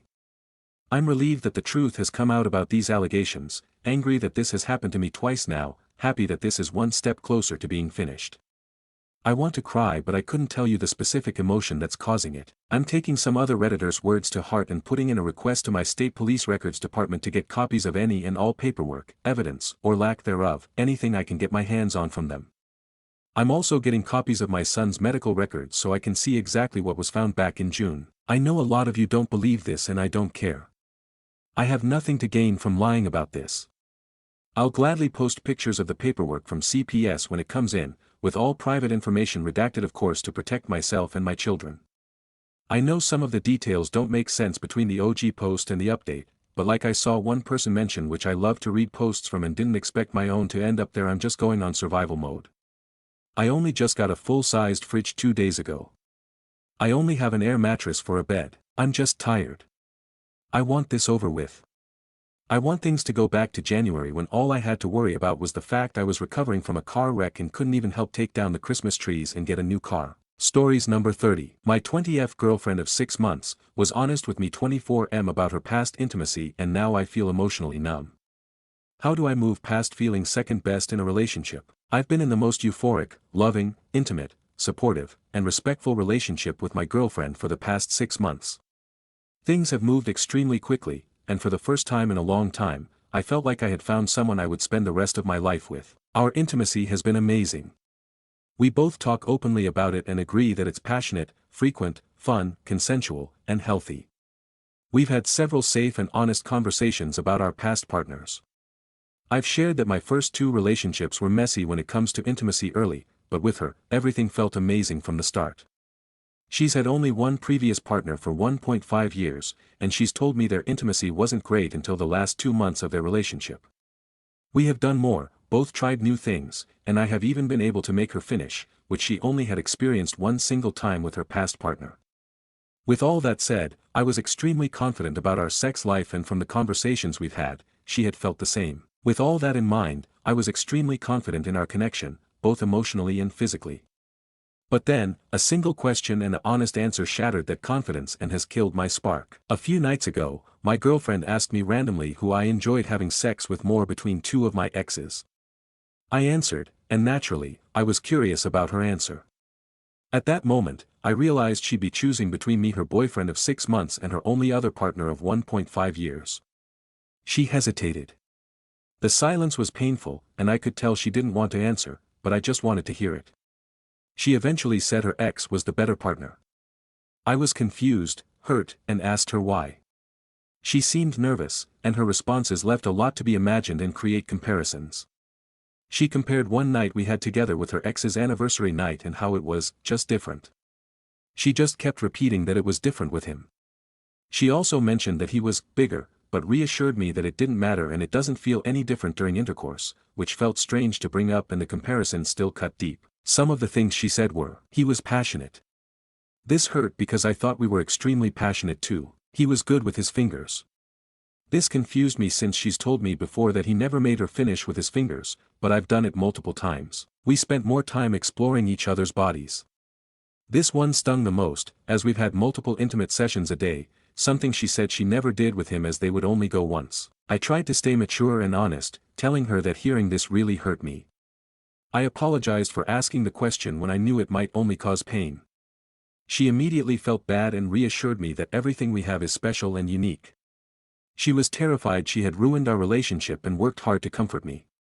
But despite her efforts, I was overwhelmed by confusion, insecurity, and hurt. I felt like I would never have something as special that's different like she had with her ex. After the conversation, I spiraled into a dark place. I couldn't stop overthinking. I wondered if she said all of this to hurt me, but rationally, I don't think that's the case. I wanted space, but I didn't think that would help either, so I chose to keep communication going but take a step back in person for the time being. The first few days after that night was really hard, the pain was a lot and I couldn't stop overthinking. I am starting to feel emotionally stronger and the feelings of insecurity and pain are almost gone. The issue is, I feel emotionally numb, the excitement is gone, the euphoria, my love feels different. The thought of moving on feels okay. I am not scared to lose her. I thought I was going to spend the rest of my life with her and now feels like someone I can easily live without her. It hurts to say this, because I loved the person I was when I was with her, but deep down, it doesn't feel the same anymore. I don't know if I'm just guarding myself because I'm hurt, if I'm emotionally scarred, or if I'm distancing myself because of the insecurity I feel. Whatever it is, I can't control it, and it's killing me inside. How do I navigate these feelings of emotional numbness and insecurity? Is it possible to rebuild the spark when emotional trust feels shaken? Will I ever get over the subconscious feelings of being second best or not enough? Or am I completely out of mind and being stupid about this? I have been thinking this might be the case, but my body still feels numb to her. Thank you for taking the time to read this. I'd really appreciate any advice, insights, or experiences that can help me navigate this difficult situation. Edit. Her ex has not been in contact with her for over 2 years now. He lives in a foreign country and is in the military. She has moved across the country since dating him, so it is extremely unlikely they are in any type of contact. Update. I really appreciate the outpouring of advice and help from the community, it means a lot. I have been in contact with my girlfriend and we have talked over the situation numerous times and she has retracted everything she had initially said to me. She has taken full accountability, has been beyond apologetic, and has been reassuring that she has definitely made the wrong choice when answering that question. She claims that it was not calculated or intentional, just a dumb mistake. She said she had overlooked our intimacy and was biased to the deep bond they had for a longer time, not necessarily what happened during the intercourse itself with myself or him. She claims that the statements she made to why he was better was a scramble to provide an answer of what they did together that made it him different, but quickly realized that they don't hold up in comparison. I should have made it clear that all of this happened when I was out of town for work. We haven't been able to connect in person and will be returning home in a few days.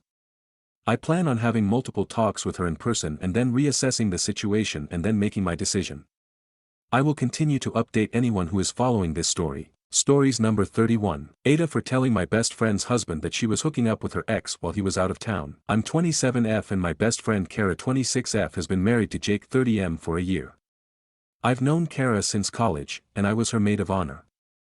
I've also gotten close to Jake over the last few years. He's genuinely a good guy, stable, kind, and he treats her like gold. About 2 months ago, Kara started meeting up with her ex from high school. At first it was just catching up, but I found out it had turned physical. She told me flat out that she missed the thrill and that Jake was too boring. She was seeing the ex while Jake was away on work trips and hiding it like it was nothing. I asked her what the hell she was doing. She laughed and said it didn't count because she never slept over and that she'd stop once she got it out of her system. I told her I couldn't pretend I didn't know. She told me if I said anything, we were done, so I told Jake. I didn't go into graphic detail but I told him enough that he knew the truth. I felt sick doing it but worse staying silent. He moved out that weekend. Kara blocked me on everything and now half our friend group is calling me a traitor and saying I ruined her marriage. A few people say I did the right thing, but the whole thing has blown up. Aita for telling him. Stories number 32. Aita for cutting off my family over my brother refusing to do simple paperwork. I 26F honestly feel like I'm at my breaking point and need some outside perspective because I'm either going crazy or just finally waking up. Growing up, my brother 24M was always the golden child. He got to do everything I wasn't allowed to. He had freedom, friends, he could go out, date, live like a normal teenager. Meanwhile, I wasn't allowed any of that. If I even questioned it, I'd get the "he's a boy, it's different" response. That excuse was drilled into me for years, and I'm still resentful of how much I missed out on just because of that double standard. For context, we are Balkan Muslims and this is pretty common for us women to not get treated the same as our male relatives. Now I'm married with a child of my own. I live an hour away from my parents, and while I don't mind helping them here and there, I've got a household, a job, and a toddler to take care of. Lately, they've been needing more help with bills, paperwork, appointments, organizing their estate, and guess who's been handling all of that? Me. Not the son who lives with them rent-free with his GF and has all the free time in the world.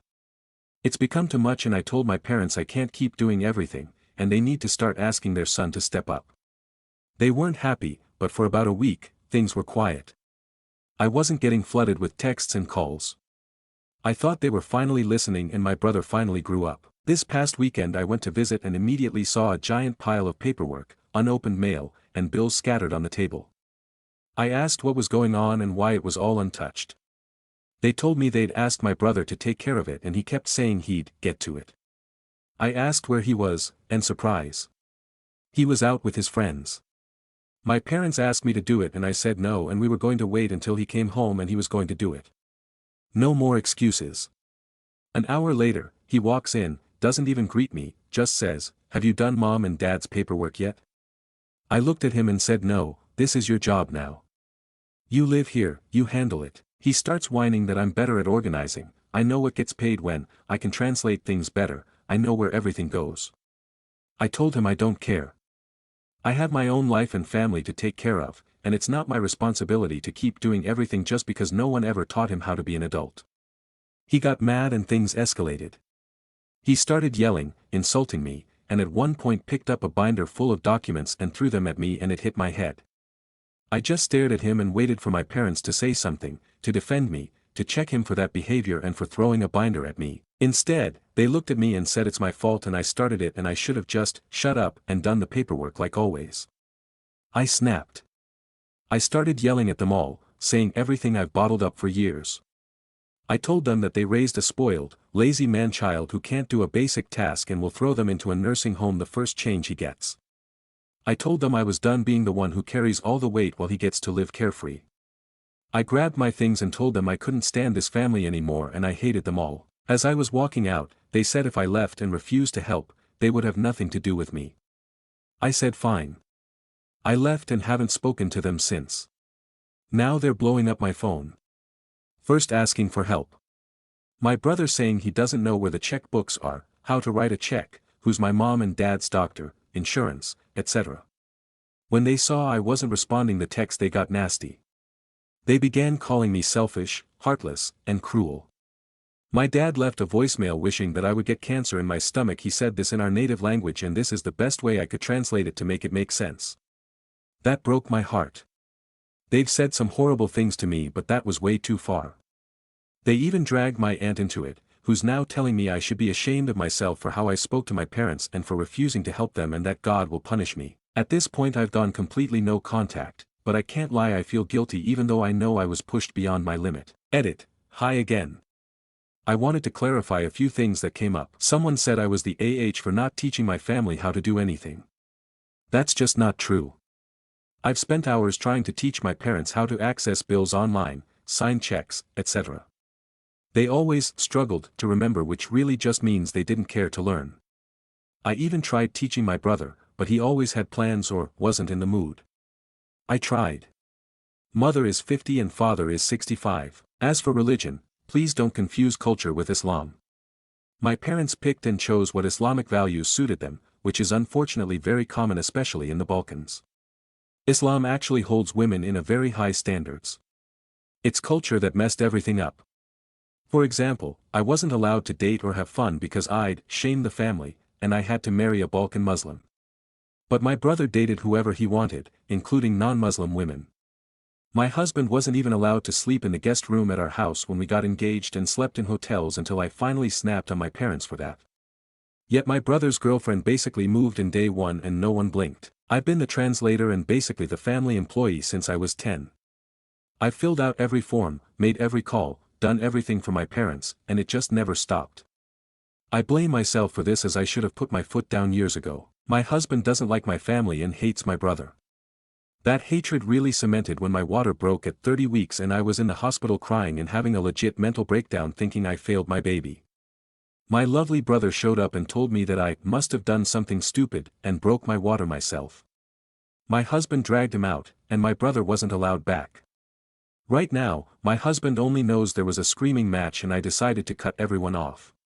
He doesn't know the full story because if he did, I know exactly what he'd do, and I'm not trying to go down that road. I know they'll probably show up at some point. I'm mentally preparing for it. Who knows what they'll do at that point? I've mentioned that I would like to move closer to my in-laws, and my husband is on board with that idea.